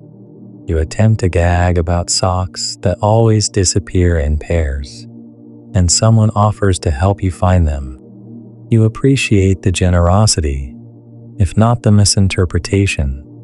The villages here are small and polite, the kind where you're expected to knock twice and announce yourself before entering the town square. In one such place, Ashley by the Bog, you are introduced at the local gathering as a foreign sort of fool, but not in a bad way. You take it as a compliment. There is something hushed about this region, like the wind itself is cautious. You keep your sets gentler, leaning more on mime and absurd movement. One of your more successful bits involves trying to cook invisible soup for an invisible queen. A farmer calls it the dumbest genius thing he's ever seen. You camp near an old ruined tower. Local legend claims it was once a wizard's observatory, but now it is just moss, shadow, and two goats that refuse to move. That night, you dream of a crowd laughing forever, a sound that loops and echoes, never fading. You wake feeling oddly full. At the next village, you are invited to join a midsummer ritual. There is dancing, awkward singing, and a game that involves trying to catch a greased vegetable. You pretend to be a legendary vegetable tracker from a distant land. They cheer when you catch the turnip. You accidentally eat it. That earns even louder applause. One old man, missing most of his teeth and possibly some of his memory, watches your show with silent tears running down his face. Afterward, he says, "You sound like my brother used to." Before he stopped singing, you offer to walk him home. He says, "No, just keep singing." So you do. You stay in that village for 3 days longer than planned. You fix someone's wagon wheel. You teach a shy child how to bow dramatically. You lose a juggling contest to a 10-year-old prodigy named Esme. She teaches you a trick that involves balancing a spoon on your nose while whistling. You cannot do it, but she tells you that failing funnily is just as good as succeeding seriously. Historians still argue whether medieval jesters were allowed to criticize local lords as a form of sanctioned rebellion, or whether they simply got lucky until they did not. In your case, you accidentally insult a wealthy miller during a performance by mispronouncing grain overlord. You quickly follow it with a very sincere interpretive dance about wheat. He forgives you. His wife, laughing too hard to speak, gives you a pie. You take the long road through the hills, hoping for silence, and find it in abundance. The world narrows to your footsteps and the occasional rustle of something possibly large just off the path. You develop a new character, the noble coward who bravely runs from all strange noises. Audiences find him both relatable and therapeutic. At a mountaintop inn, a poet named Fiorella buys you dinner in exchange for the right to record your essence in a sonnet. You agree, and she asks your favorite color. You tell her, in between.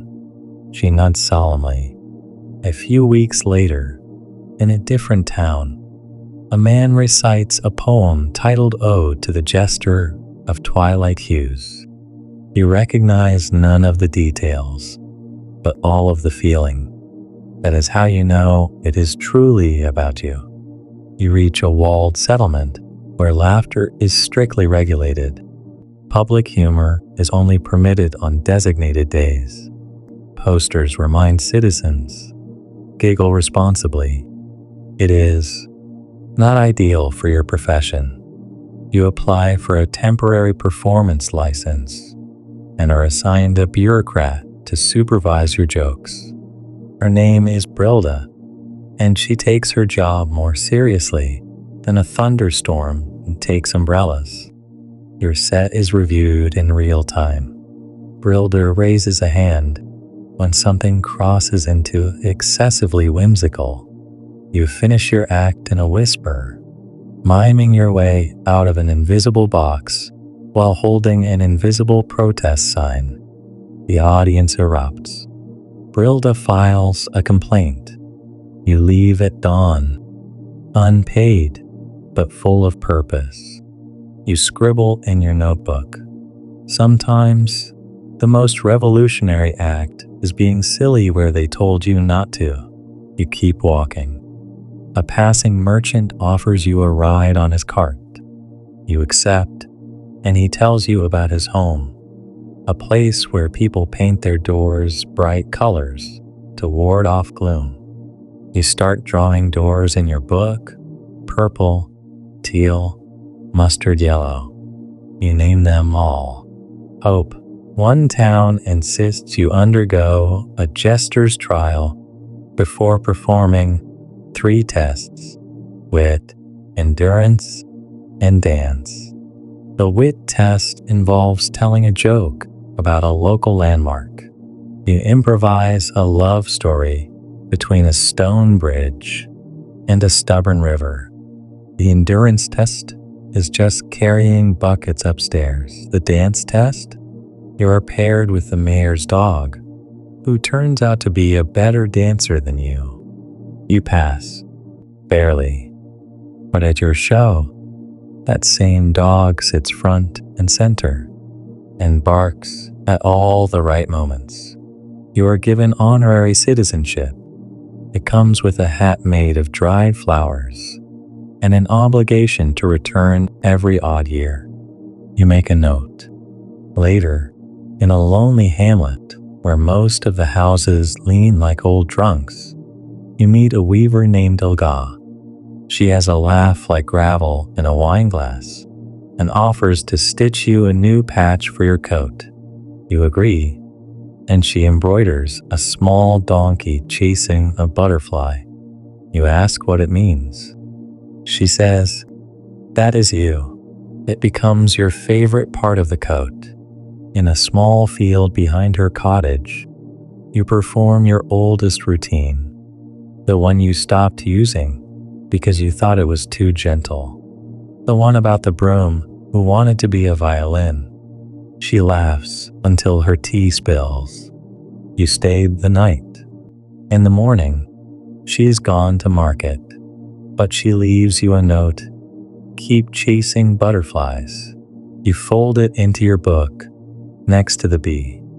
The road bends again, and so do you. The forest ahead is thicker than any you have wandered through before. The trees whisper to each other in the hush of wind and leaf, and your footsteps feel muffled by the damp, mossy path. It smells like rain even when it is dry. You tell a joke to a passing squirrel.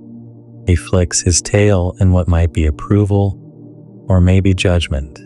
You decide it is approval for morale. Villages are scarcer here, and those that exist seem knitted into the woods rather than built atop them. You perform in clearings, under awnings, inside large kitchens. One night, you do a show for a family of 8 while they peel potatoes. They laugh so hard one of them accidentally tosses a potato into the soup hole. You write a new bit called Soup and Sabotage.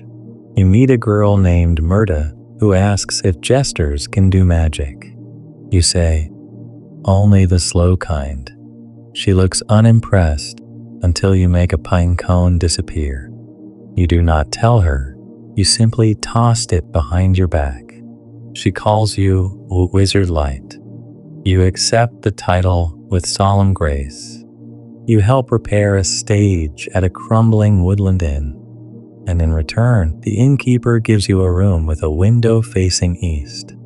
Every morning, you wake to pink skies and birds arguing about worms. You try writing serious poetry about it. It turns into a limerick about worms with bad attitudes. A traveling woodcutter joins you for 2 days. He walks fast, chops faster, and rarely speaks. When he does, it is to ask if you have ever been in love. You answer, "Yes, once." But she ran off with a man who made shoes for squirrels. He nods gravely, says, "Hard to compete with that." That night, you dream of tiny boots lined with acorns. You reach a hidden glen where people trade stories instead of goods. A fire burns at the center. Everyone listens in near silence. When your turn comes, you recite the tale of the mirror that refused to reflect. It is part fable, parts stand up, a hush follows your last line. Then someone claps. Then more. Eventually, someone gives you a bundle of herbs and says, "For your voice." Historians still argue whether oral storytelling shaped collective memory more than written chronicles in the pre-printing press era. But here, surrounded by mossy listeners and firelight, you know which one feels more alive. You linger in that glen longer than you intended. People share stories with you that are not funny, but real, loves lost, dreams traded, fears named aloud for the first time. You respond with tales that are half comedy, half comfort. One man says, "I did not laugh because it was funny. I laughed because I needed to." You begin to think you are not just a jester anymore. You are a mirror, a dancing, winking, lopsided mirror. You sketch a version of yourself in your notebook, but the drawing looks more like a mop. You add a crown. That helps. Eventually, the forest breaks into hills again. A long ridge opens into a view so wide you say, "Whoa," out loud, even though no one is around to hear it. Below lies a valley dusted with tiny homes and lazy smoke spirals. The sun slants through the clouds just so. You pretend it is a curtain rising on your next act. In the valley town of Kraveth, you find a tiny theater built into a hillside barn. The seats are uneven benches. The stage is 2 planks laid side by side. It is perfect. You perform 4 nights in a row. On the 5th, the audience brings props, farm tools, mismatched socks, a cabbage named Walter. They toss them at appropriate moments. It becomes a game. Cue the hoe. Someone yells, and a rusty gardening tool lands at your feet. You make it waltz. The room erupts. A local historian, who once tried to write a serious treatise on the migratory habits of clowns, tells you, "You are undoing my work one performance at a time." You thank him deeply. On your last night, someone asks if you are famous. You reply, "Only to dogs and turnips." A child whispers, "I wish you were my uncle." You promise to return every year on the same day, whether or not anyone remembers. That is how legends start, you say, by being entirely unreasonable. Before leaving, you carve a tiny face into a bench slat, just eyes and a grin. Your mark. One more echo for someone else to find. You pass through a ghost village, abandoned but not forgotten. Dust-covered windows, broken signs, and one stubborn scarecrow still standing. You do not perform here, but you do sing. Softly, just in case the past is listening. You spend a stormy night in a chapel with no roof. The rain plays percussion on your sleeping bag. You dream of a jester's court, made entirely of frogs and wisecracking crows. By now, your coat is a patchwork of places and people, each tear stitched with a moment, each stain a memory. You name it the archive. When someone asks you where you are from, you just point at the coat. You are invited to a harvest festival in a lakeside town. Boats arrive glowing with lanterns. Music spills over the water. You are given a spot near the docks, under a tree strung with candles. You perform the duck who wanted a crown. The crowd laughs. Then one voice says, "You told that story to me when I was little." You turn. It is a grown man holding his daughter. You blink. He smiles. "You made me believe in joy again." You bow. Slowly, your knees crack. You pretend it was planned. That night, you skip a room and sleep on a boat, rocking gently. The moon paints your notebook silver. You write. Legacy is not measured in statues. Sometimes it is a child remembering a duck in a crown. You start a new list. Things that matter. Laughter that loops. A pie given freely. Silence shared kindly. That look people get when they remember how to play. The list continues well into dawn. You fall asleep halfway through number 18. It is rain that arrives just as you finish performing. The sky agrees. By the time you leave the lakeside town, the air smells like wood smoke and dried apples. The harvest season is turning to frost. Your toes begin to complain in the mornings. Your breath appears before your face like a ghost auditioning for a lullaby. You trade a sketch of a dancing spoon for a pair of wool socks. The merchant insists you also take a boiled sweet. You say, "But I am already sweet enough." He says, "That was terrible." You nod. "Thank you." Your next destination is a crossroads market called Barrow Wheel, a place known for its outrageous gossip and a three-legged goat that supposedly predicts the weather. You perform at a makeshift stage between the cider vendor and a man who sells precisely one kind of hat. You call your set tails from the left shoe and wear mismatched boots to prove a point no one understands. It works anyway.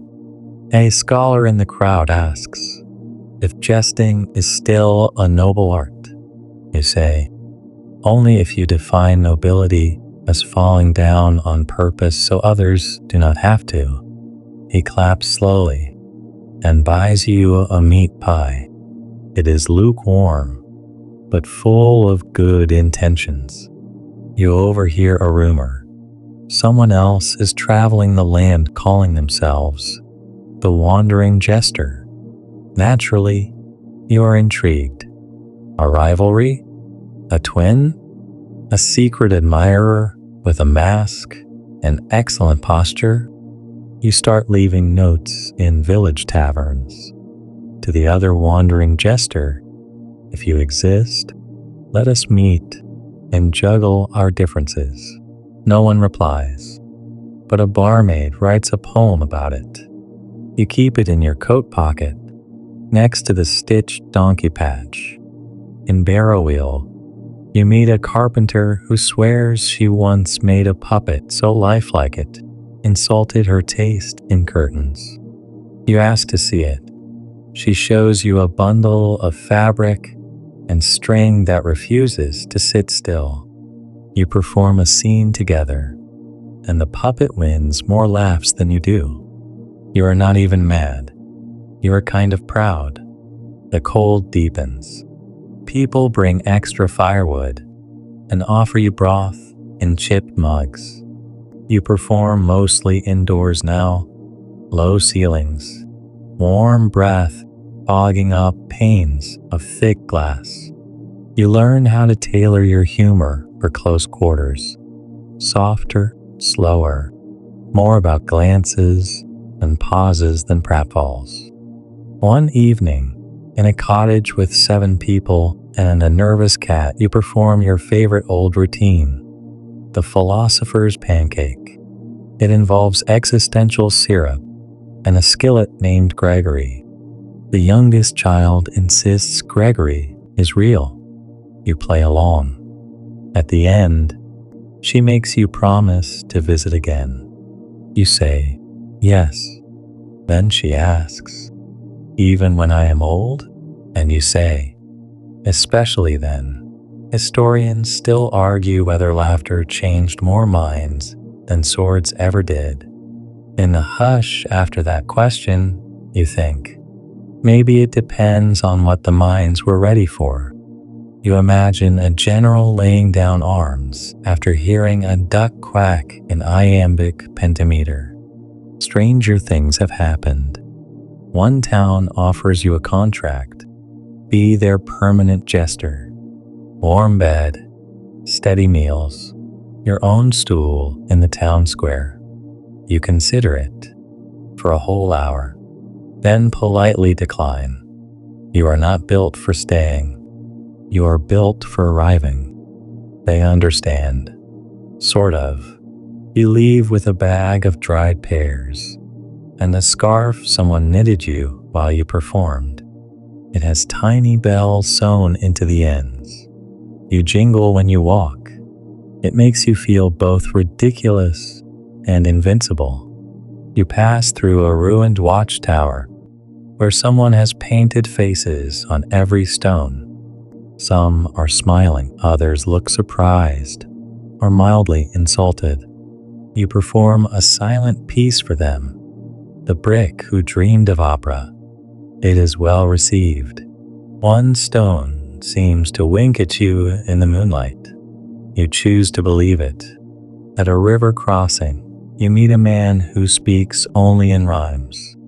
You challenge him to a rhyme-off. He wins, but only because he rhymes gibberish with fish who wish. You shake hands anyway and leave a banana peel as a trophy. In a foggy hamlet where the bells toll 3 times a day for reasons no one remembers, you tell stories more than jokes. A tale of a lizard who learned to write letters. A song about a bucket that fell in love with the well. They listen. One old woman says, "You sound like rain that forgot how to fall." You thank her. You do not fully understand it, but it feels right. You start playing an invisible instrument in your act. It has strings, but sometimes it whistles. Children try to guess what it is. You never answer. One child decides it is called the stringle. You make it canon. In a snowbound mountain village, you arrive in the middle of a week-long festival called the Quiet Cheer. No shouting allowed. You adapt your performance entirely into mime. You become a mime-jester hybrid, which you call jest-time. It catches on, briefly. Then a child sneezes too loudly and breaks the spell. You are all banned from performing for 10 minutes. It becomes a running joke. Someone gives you a walnut carved to look like a tiny laughing face. You carry it like a good luck charm. It becomes the opening gag in your next show. You name it Sir Walnutterton. Snow begins to fall regularly. You write new material around the theme of slipperiness. Banana peels, ice patches, romantic misunderstandings involving sleds. Your bit called Love on Ice is a hit, especially the part where the couple communicates entirely through sliding. You start to notice your own shadow reacting differently to your jokes. Not literally, of course. Probably. But it seems to move with a little more rhythm. Maybe you are imagining it. Or maybe the world is, finally, laughing back. One night, you look up at the stars and say, "I am tired." And the sky says nothing, because it is the sky. But you take that silence as agreement. Still, you rise the next morning. You pull on your patched coat. You check your notebook. You stretch until your joints pop like old books opening. Then you walk, because this story is not done yet. The winter deepens, but you keep going. Each breath fogs the air like you are exhaling secrets, and your boots crunch through the brittle silence of the season. Every village feels like a tucked-in storybook, roofs stitched with snow, windows glowing orange from within. You arrive at a hamlet called Wishmere, where people claim their dreams manifest during the first snowfall. One man insists he saw his childhood dog dancing ballet. Another says a tree recited his overdue tax ledger. You listen, nodding gravely, and offer to interpret dreams for a muffin. You earn 3 muffins and a knitted mitten with your face poorly stitched into it. The eyes are enormous. You start wearing it ironically, and then non-ironically. In Wishmere, you perform inside an old grain mill converted into a makeshift theater. There are ropes and pulleys still dangling overhead, and the audience sits on overturned barrels. You open with, "The barrel who longed for adventure." It is a metaphor, obviously. No one seems to mind that the punchline involves a goat and an accordion. A retired librarian pulls you aside afterward and asks, "Do you believe people can become stories?" You reply, "Only the good ones, and the terrible ones, and the ones that rhyme." She laughs and tells you you're better than footnotes. Later, you realize that might be the highest praise you've ever received. You spend a week in Wishmere, snowed in and oddly content. You help shovel paths, make terrible tea, and accidentally organize a shadow puppet performance that turns into a spontaneous musical. Someone in the audience dubs you Captain Chaos. You bow like it is a royal title. Historians still argue whether jesters were mere entertainment or covert advisors cloaked in absurdity. Watching yourself choreograph 2 villagers reenacting a pie-related prophecy using only socks, you wonder, why not both? Eventually, the thaw begins. You slosh through villages turning to slush, capes dragging slightly damp behind you.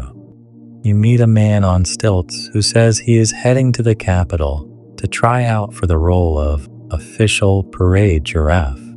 You wish him luck. He gives you a scarf that smells faintly of cinnamon and ambition. You make your way to Grendel's Cross, a bustling market town where someone has painted murals of famous fools along the alley walls. You do not see yourself there, but a mural of a jester with question marks for eyes seems suspiciously familiar. You stand under it and tell a joke about a hedgehog falling in love with a hairbrush. A passing butcher laughs so hard he drops his ham. You call that a win. And an inn called the Crooked Dagger, you meet a grizzled performer who says he was once the royal fool until a banana prank went politically sideways. He challenges you to a duel of punchlines. The crowd votes you the winner by 2 groans and 1 milk snort. He tips his crooked hat and says, "You've got legs, kid. Funny ones." You write that down. Later, you cross out legs and just write, "Got funny." You start experimenting with improvised sets. In one village, you build a throne out of laundry baskets. In another, you create a hat that spins when someone claps. A child asks if it is magic. You say, "No, it's frustration cleverly disguised." There's a girl named Brina who follows you for 3 towns. She carries a notebook and copies your lines. You ask if she is a spy. She says, "No, I am worse. I am a fan." You teach her the duck joke. She adds her own twist. It is better than yours. You pretend to be offended, but your grin betrays you. A traveling philosopher corners you after one show and says, "Laughter is just delayed crying." You respond, "Then my audiences must be heartbreak champions."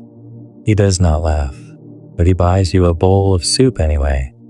It is excellent. You consider crying just to thank him.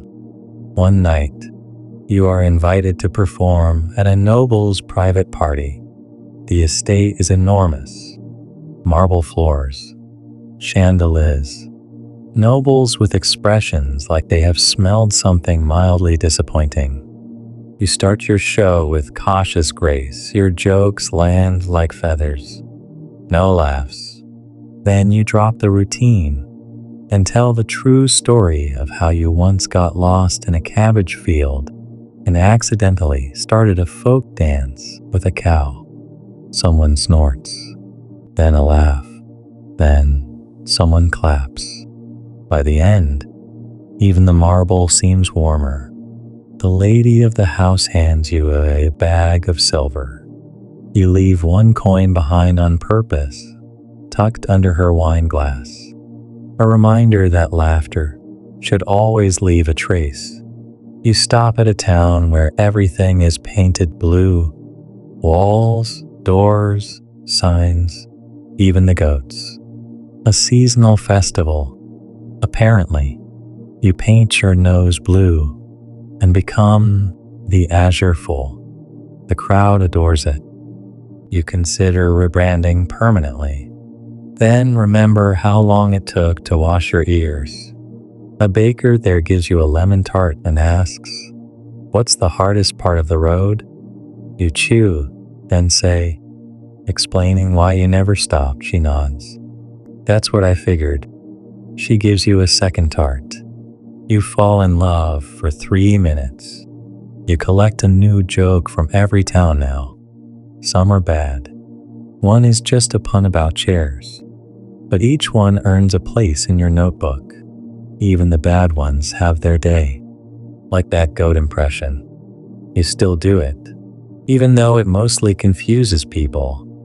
But once, just once, it made an old woman laugh so hard she had to sit down. That is reason enough. You arrive at a crossroads where someone has placed a single stool facing the wind. You sit, say nothing. The wind claps politely. You take a bow. That night, you dream of a stage floating on a lake. The stars are your audience. You forget your lines, so you dance instead. The stars laugh, and when you wake up, your feet are already moving again. The road ahead looks like it has been ironed flat by time itself. Long, straight, endlessly gray. You walk it anyway, because that is what you do.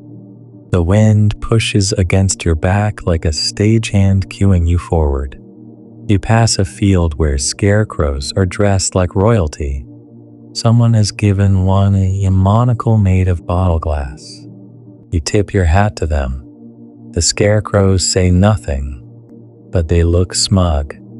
In the village of Hearthland Fold, your arrival coincides with something called the annual day of very mild surprises. No one tells you what that means until it is too late, and you find a spoon in your boot. "Surprise," says a baker cheerfully. You're still not sure why, but you perform anyway. After removing the spoon, your act that night includes a new bit called the philosopher's umbrella. It is mostly you asking serious questions while trying to open a broken parasol. The kids love it. The older folks stare like they are remembering something they are not sure happened.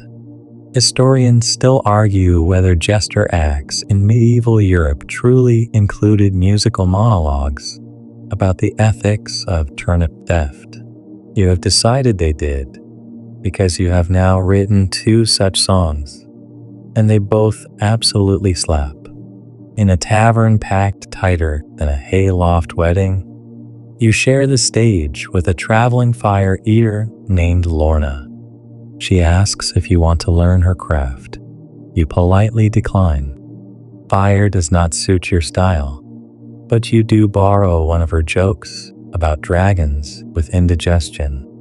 It becomes a staple In your set, you are offered a ride to the coast in a cart full of turnips and parsnips. The farmer driving it says you seem rooted. You say, "Well, I'm not leaving anytime soon." He groans audibly. Friendship sealed. Along the coast, you reach a salty little town called Glenford, where fishermen spit poems into the wind and claim they are prayers. You try it. Your poem is about a clam with trust issues. A wave splashes you in approval or disagreement. Hard to tell. You spend a few days there. The sea air untangles something in you. Your jokes shift tone, less punchy, more flowing. You tell a long story about a pebble who became mayor of a beach. The whole tavern listens, even the dog.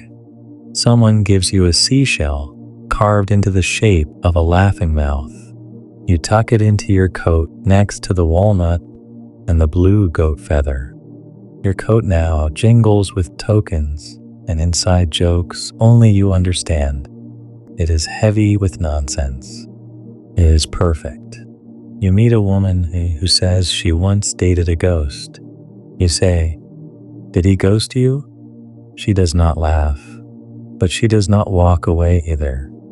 She gives you a pendant made of mirror shards. You try it in your act. Use it to make the audience see themselves. It works. One child yells, "I look like me." You bow deeply. You stop at a monastery where the monks speak only in interpretive dance for 1 month a year. You join them. Badly. You learn that silence can be as funny as words, especially when paired with unexpected wiggling. You leave a day early after knocking over a sacred vase with your elbow during a skit about existential bread. Your route takes you through a forest path known as the Winding Waltz. It is called that because it curves so rhythmically. It is said even the birds follow it like sheet music. You try humming as you walk. It works, sort of. One squirrel throws an acorn at you. You arrive at a village where everyone wears bells on their ankles. It is part of a local belief that laughter starts in the feet. You are not sure about the science, but the jingle-jangle ambience is oddly delightful. You create a routine based entirely around exaggerated tiptoeing. It ends with a fake sneeze that knocks over a painted fence. Thunderous applause.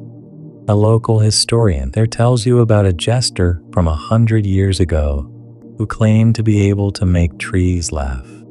You ask if it ever worked. The historian shrugs. Some say yes. Some say the trees were just rustling. You decide to try anyway. You tell your oldest, driest pun to a birch tree. It drops a leaf. You call that a standing ovation. In the next village, a painter offers to make your portrait. You pose with a rubber duck and a loaf of bread for no reason you can explain. The portrait ends up being slightly abstract. Your nose looks like a sideways comma, but you love it. You hang it in the next inn as a warning to all who enter. Rena, the girl from before, reappears briefly. Older now, she tells you she has begun her own route, performing under the name The Slightly Confused Bard. You swap stories. Her goat joke is better now. Yours is slightly weirder. You hug goodbye without words. In a town where they celebrate something called the Festival of Accidental Inventions, you join a competition to invent something on the spot. You present the sock phone, a sock that doubles as a phone prop in your act. It gets third place. First place goes to a ladle that sings sea shanties. You are not even mad. You realize something important in the days after. Your jokes have changed. You used to chase laughs like a coin juggler chasing applause. Now you chase connection, the pause after the joke, when someone leans in. That is what you seek. One night, while camping alone, you build a little audience out of stones and sticks and perform anyway. You tell them about the time you fell asleep mid-performance and dreamed the audience was just you in different hats. One of the stones topples over from laughter. Probably. You start calling this phase the soft circuit. You go slower. Speak more quietly. Your fans, yes, you have fans now. Start quoting your routines. A baker somewhere calls their sourdough starter Gregory, after your old skillet character. You are strangely touched. You pass through a ruined amphitheater that echoes oddly. You perform just for the echoes. They respond on delay, like hecklers stuck in traffic. You find yourself laughing mid-set because your own voice sounds smarter when repeated by ancient stones. You leave a joke etched into the wall behind the stage. Why did the bard bring a ladder to the library? To reach the high notes. No one sees you do it. That is the point. You keep walking. Your coat heavier, your jokes deeper, your path softer. The laughter lingers in the air behind you and ahead. It waits. The weather changes again, spraying in slow motion.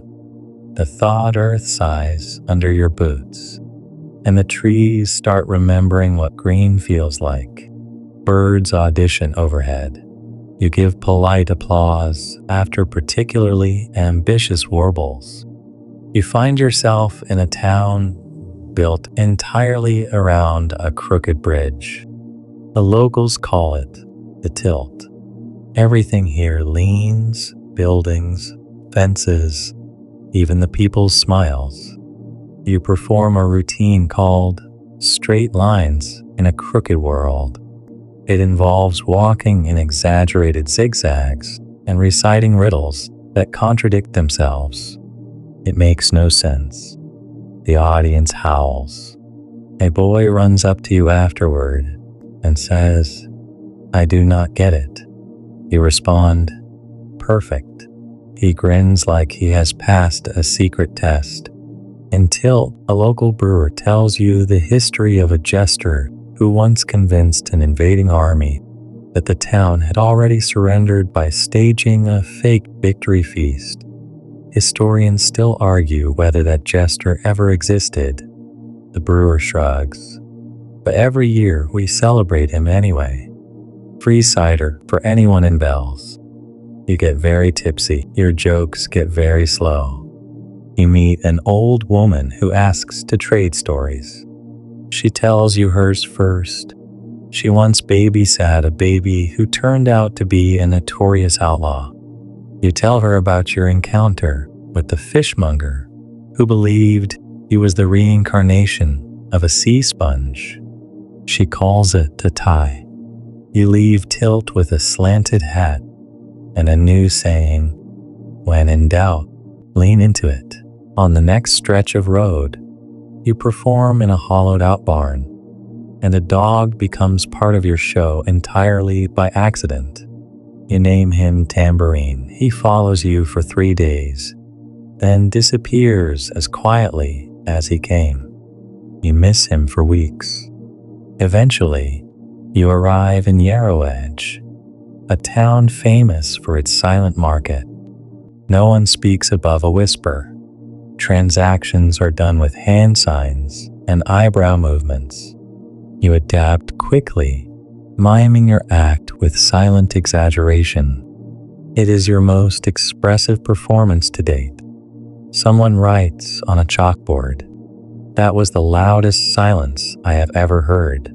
A local glassblower gifts you a tiny Jester figurine with bells so small they barely chime.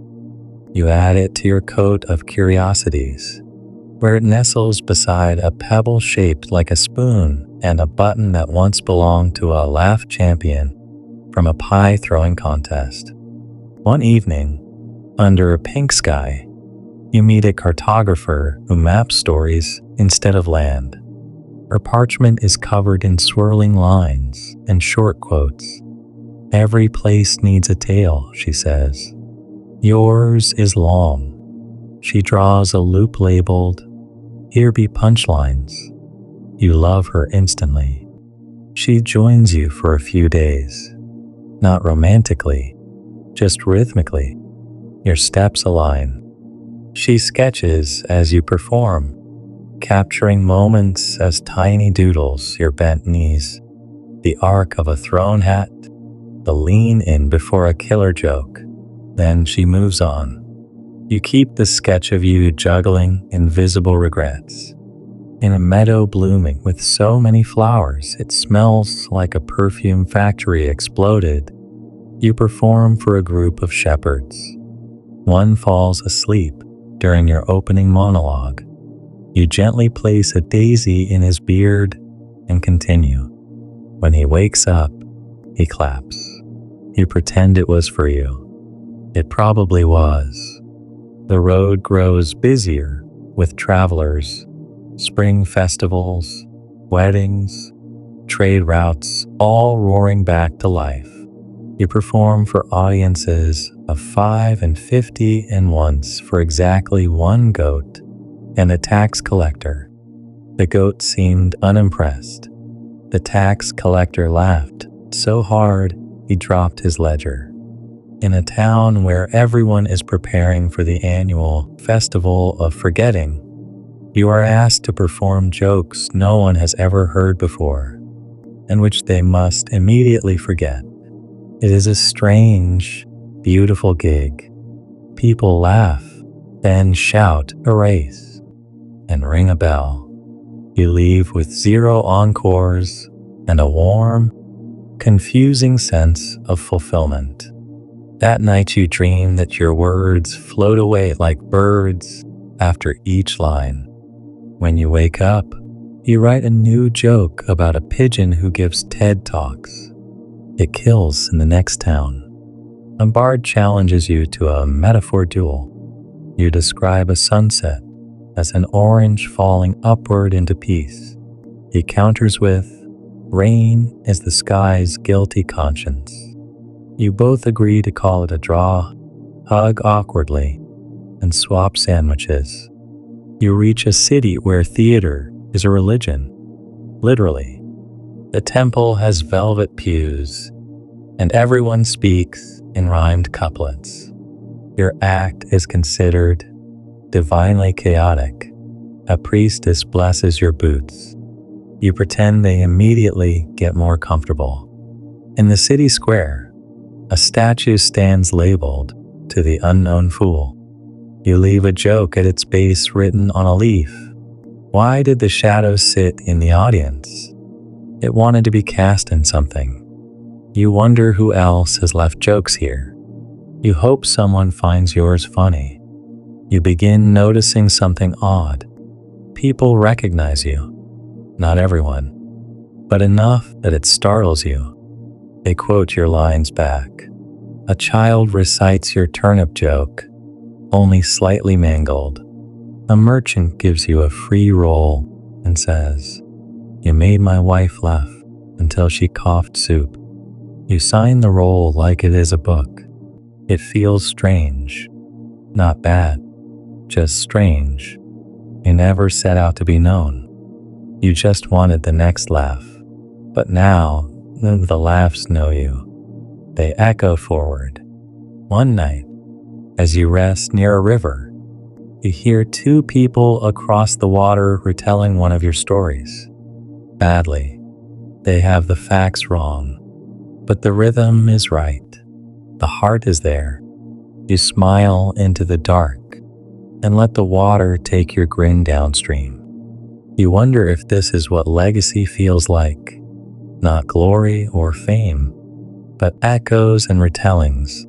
and half-remembered silliness stitched into the shared quilt of people's lives. In the next town, a girl hands you a painted rock and says, "My granddad says you once made him laugh when his cow was sick." You ask, "Did the cow get better?" She shrugs. "No, but granddad did." You keep the rock. You meet a weaver who insists your stories help her threads. "They tangle less when I listen to the funny bits," she says. She sends you off with a scarf you could get lost in. And maybe you do. Because somewhere between that town and the next, you stop looking for new roads. You start following stories instead, wherever they go. Your feet now follow the scent of memory more than maps. You drift through villages like mist, light, gentle, and slightly confusing. People greet you like an old tune they half remember from childhood. Some think they have seen you before. Maybe they have. Maybe they just want to have. In a town that paints its doorways with riddles, you get stuck in one for 10 minutes. What walks backwards into the future? The lintel asks. You shout, a regret in nice shoes. The door opens. A biker inside gives you a spoon for your cleverness. It is burnt. You eat it anyway.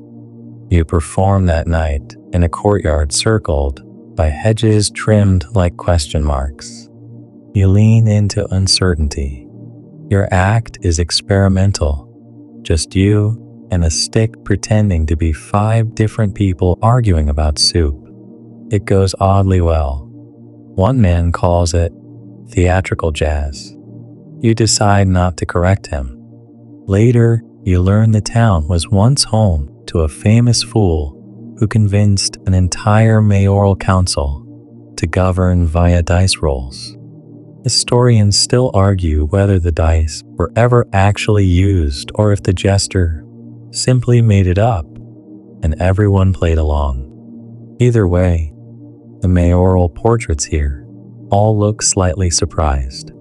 Someone gives you a gift, a mirror with the words, "In case you forget who is telling the joke." You laugh harder than you expect to. That night, you polish it and place it face down in your pack. It feels safer that way. In the morning, you share tea with a beekeeper who believes bees understand humor. They giggle and buzzes, she insists. You try telling one a joke about honey being the original wee-fee. It stings you on the knuckle. Fair enough. You pass through a hamlet where every house is painted a different color of laughter.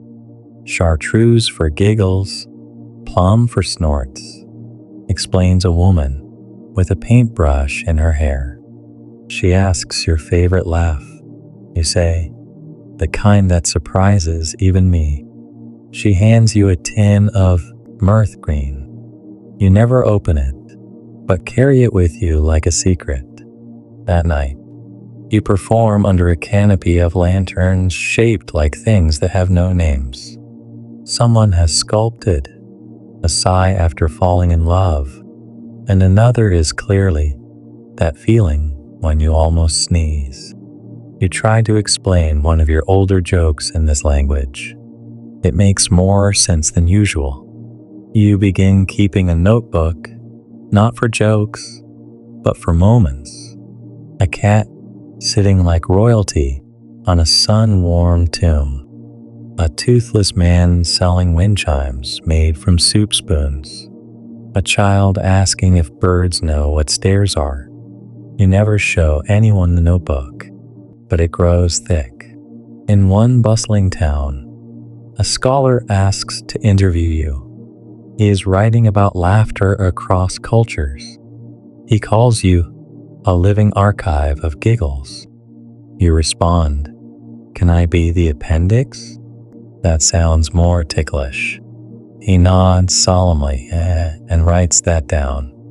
You stay in a town preparing for a play called The last bell. You are asked to consult, then end up rewriting half of Act 2. You never tell them you based the villain on a very rude donkey you met years ago. It becomes a smash hit. The donkey would be proud. There, you meet a girl named Mira who wants to be a jester. She wears mismatched socks and tells knock-knock jokes to bushes. You take her under your wing for 3 days. She tells you that laughter tastes like warm apples. You almost cry. You give her your old red feather. She gives you a rock shaped like a chicken leg. For strength, she says. You believe her. When you reach the sea again, it feels different. Not vast, familiar, like an old stage.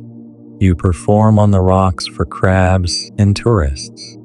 You tell your best joke 3 times. Once for the waves, once for the clouds, once for the version of you who started this journey with a half-packed bag and no idea how long laughter could carry a person.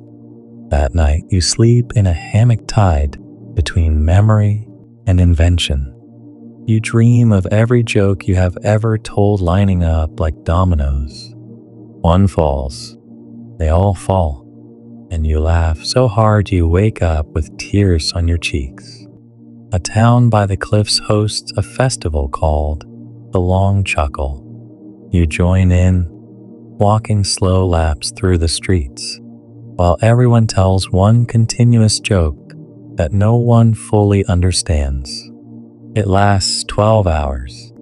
By the end, your sides hurt. You do not care.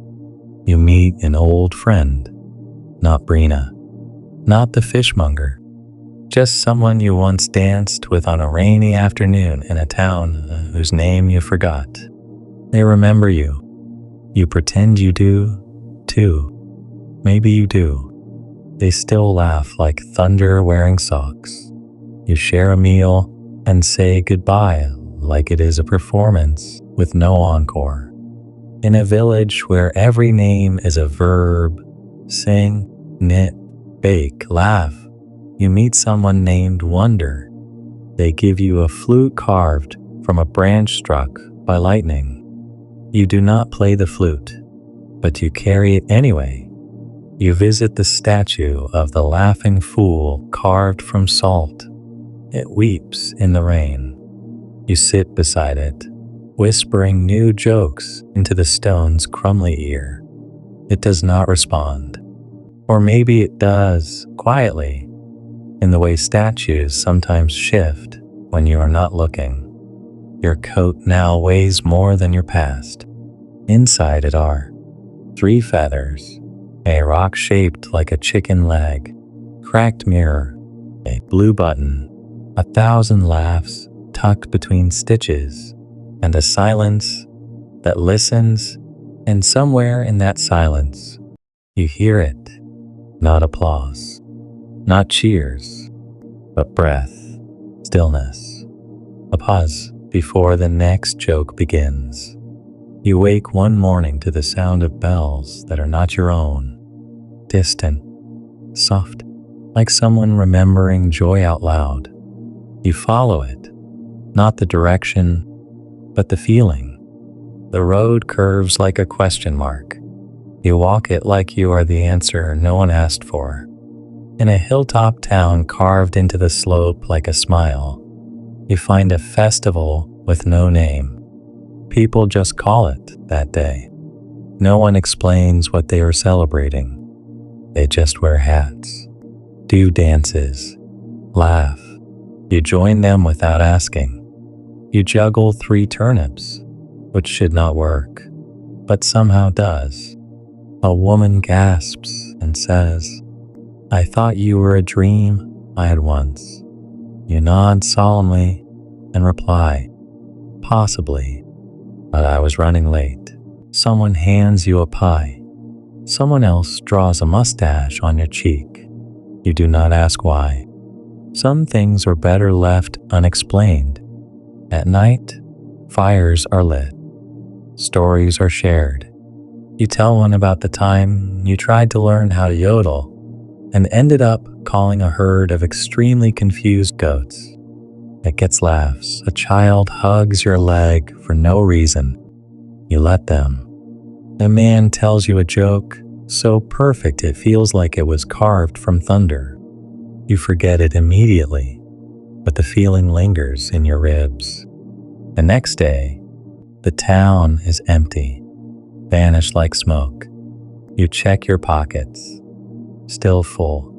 The pie tin is gone though. You walk on. In a sleepy village where everyone carries umbrellas regardless of weather, you share a bench with a retired tightrope walker. He tells you he used to practice over beds of feathers in case he fell. But the real trick, he whispers, is learning to fall funny. You thank him. That night, you trip on a cobblestone and land in a perfect somersault. 3 people applaud. 1 gives you a pastry. Farther down the road, in a town lit only by candlelight even at noon, you perform your act as shadows. Behind a curtain, you shape your fingers and body into illusions. A lion, a fish, a man laughing at his own echo. You hear tears in the dark. You pretend they are yours. Maybe they are. Someone gives you a coin with no face. You use it to pay for a night's lodging. The innkeeper hands it back in the morning, saying, "This belongs to travelers." You nod. It feels weightless.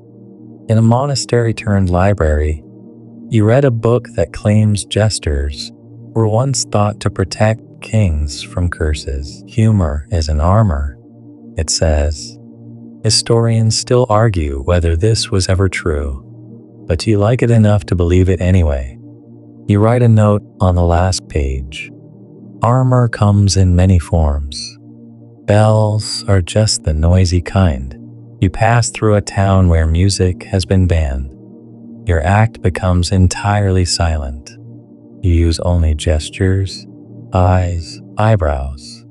Somehow, they laugh harder here than anywhere else. You leave a fake mustache in the mayor's mailbox. No one ever finds out it was you.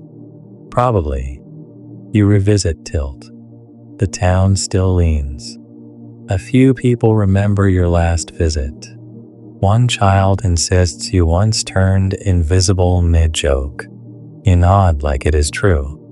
Maybe it was. You try the cider again. It is better this time. Or maybe you are. In the woods, you meet a woman carving riddles into tree trunks. You read one.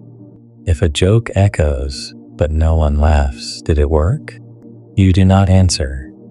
You leave a feather in her satchel when she is not looking.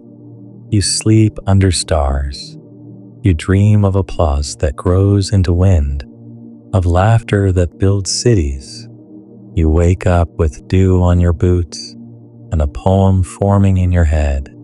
You do not write it down. You tell it to a bird instead. In a market square, someone performs your act line for line. You watch in silence. The crowd laughs. When they bow, you clap the loudest. They see you. Their eyes go wide. You smile and walk away.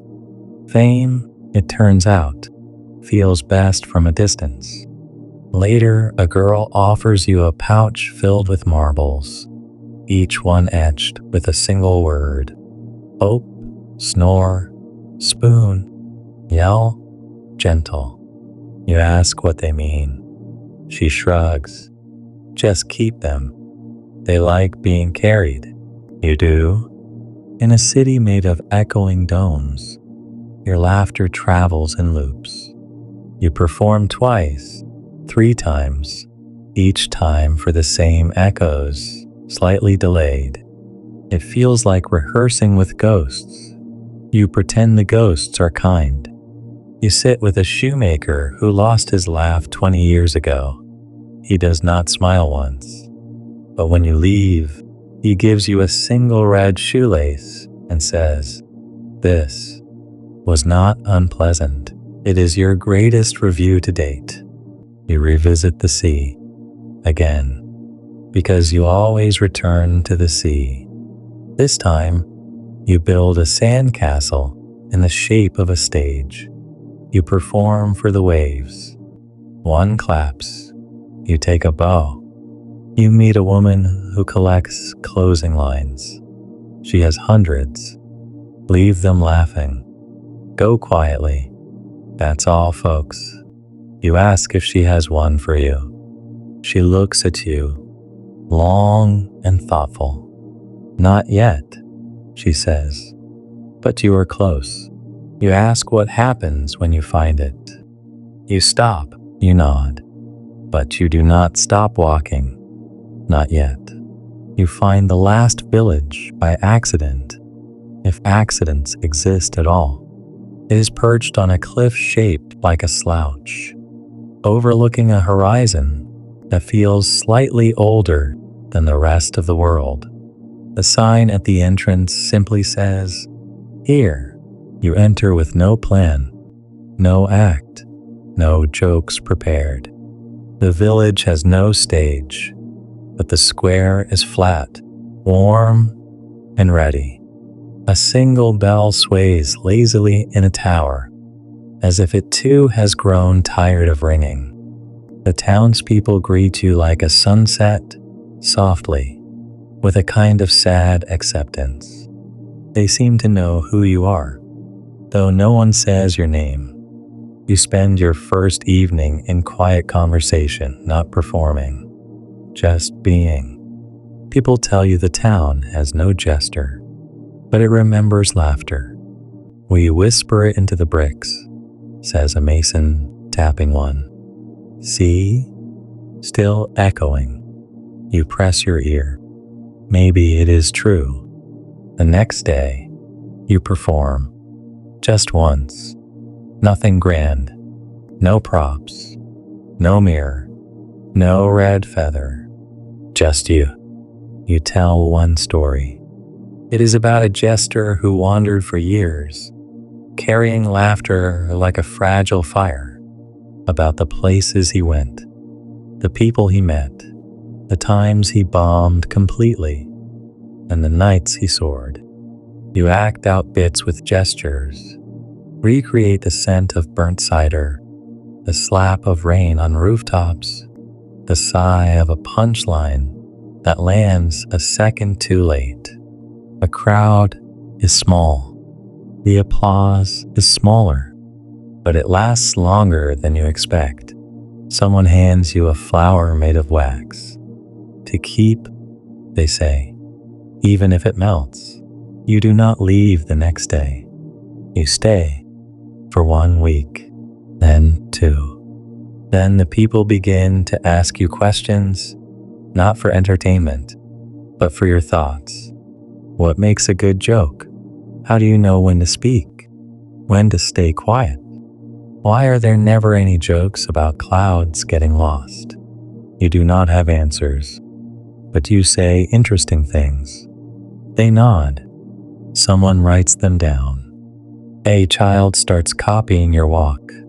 Someone else starts collecting feathers, just in case. A baker names a new bread after you, half sweet, half bitter, very unpredictable. One morning, you wake to find your boots cleaned, your coat patched, a note pinned to it. Stay as long as you like, or not. You go outside. The square is full. They ask for one more story.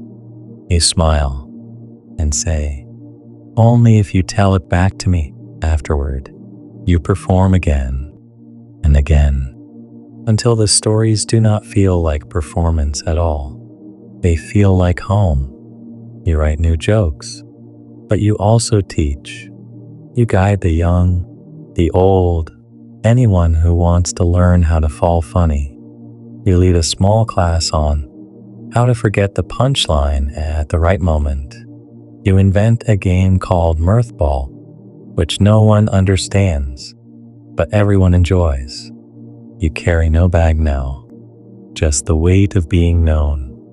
One evening, as the sun yawns wide across the sky, you feel something loosen in your chest.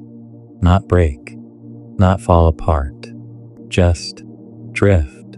You sit at the cliff's edge and watch the sea breathe. A soft wind tugs your sleeve. You whisper, "Is that the cue?" The wind does not answer. Or maybe it does, in the way all good things end. You rise. You walk through the village, touching shoulders, making eye contact, saying thank you without words. People understand. They do not beg you to stay. They simply smile and laugh softly, like they are remembering something funny from long ago. You leave at dawn. One person follows, only for a few steps. They hand you a new bell. It rings once, lightly, enough. You head out, one foot in front of the other, on a road that does not appear on maps. And somewhere behind you, laughter begins again. You do not turn around, because you do not need to. And now, you are still. The road fades. The bells are quiet. The wind is just wind again.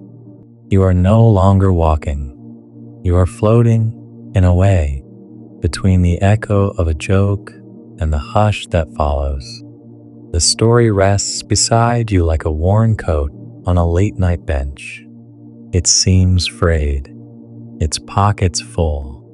Close your eyes now, if you have not already. Let your breath match the slow rhythm of waves that may or may not have ever heard applause. Let your muscles soften, the way candlelight softens shadows.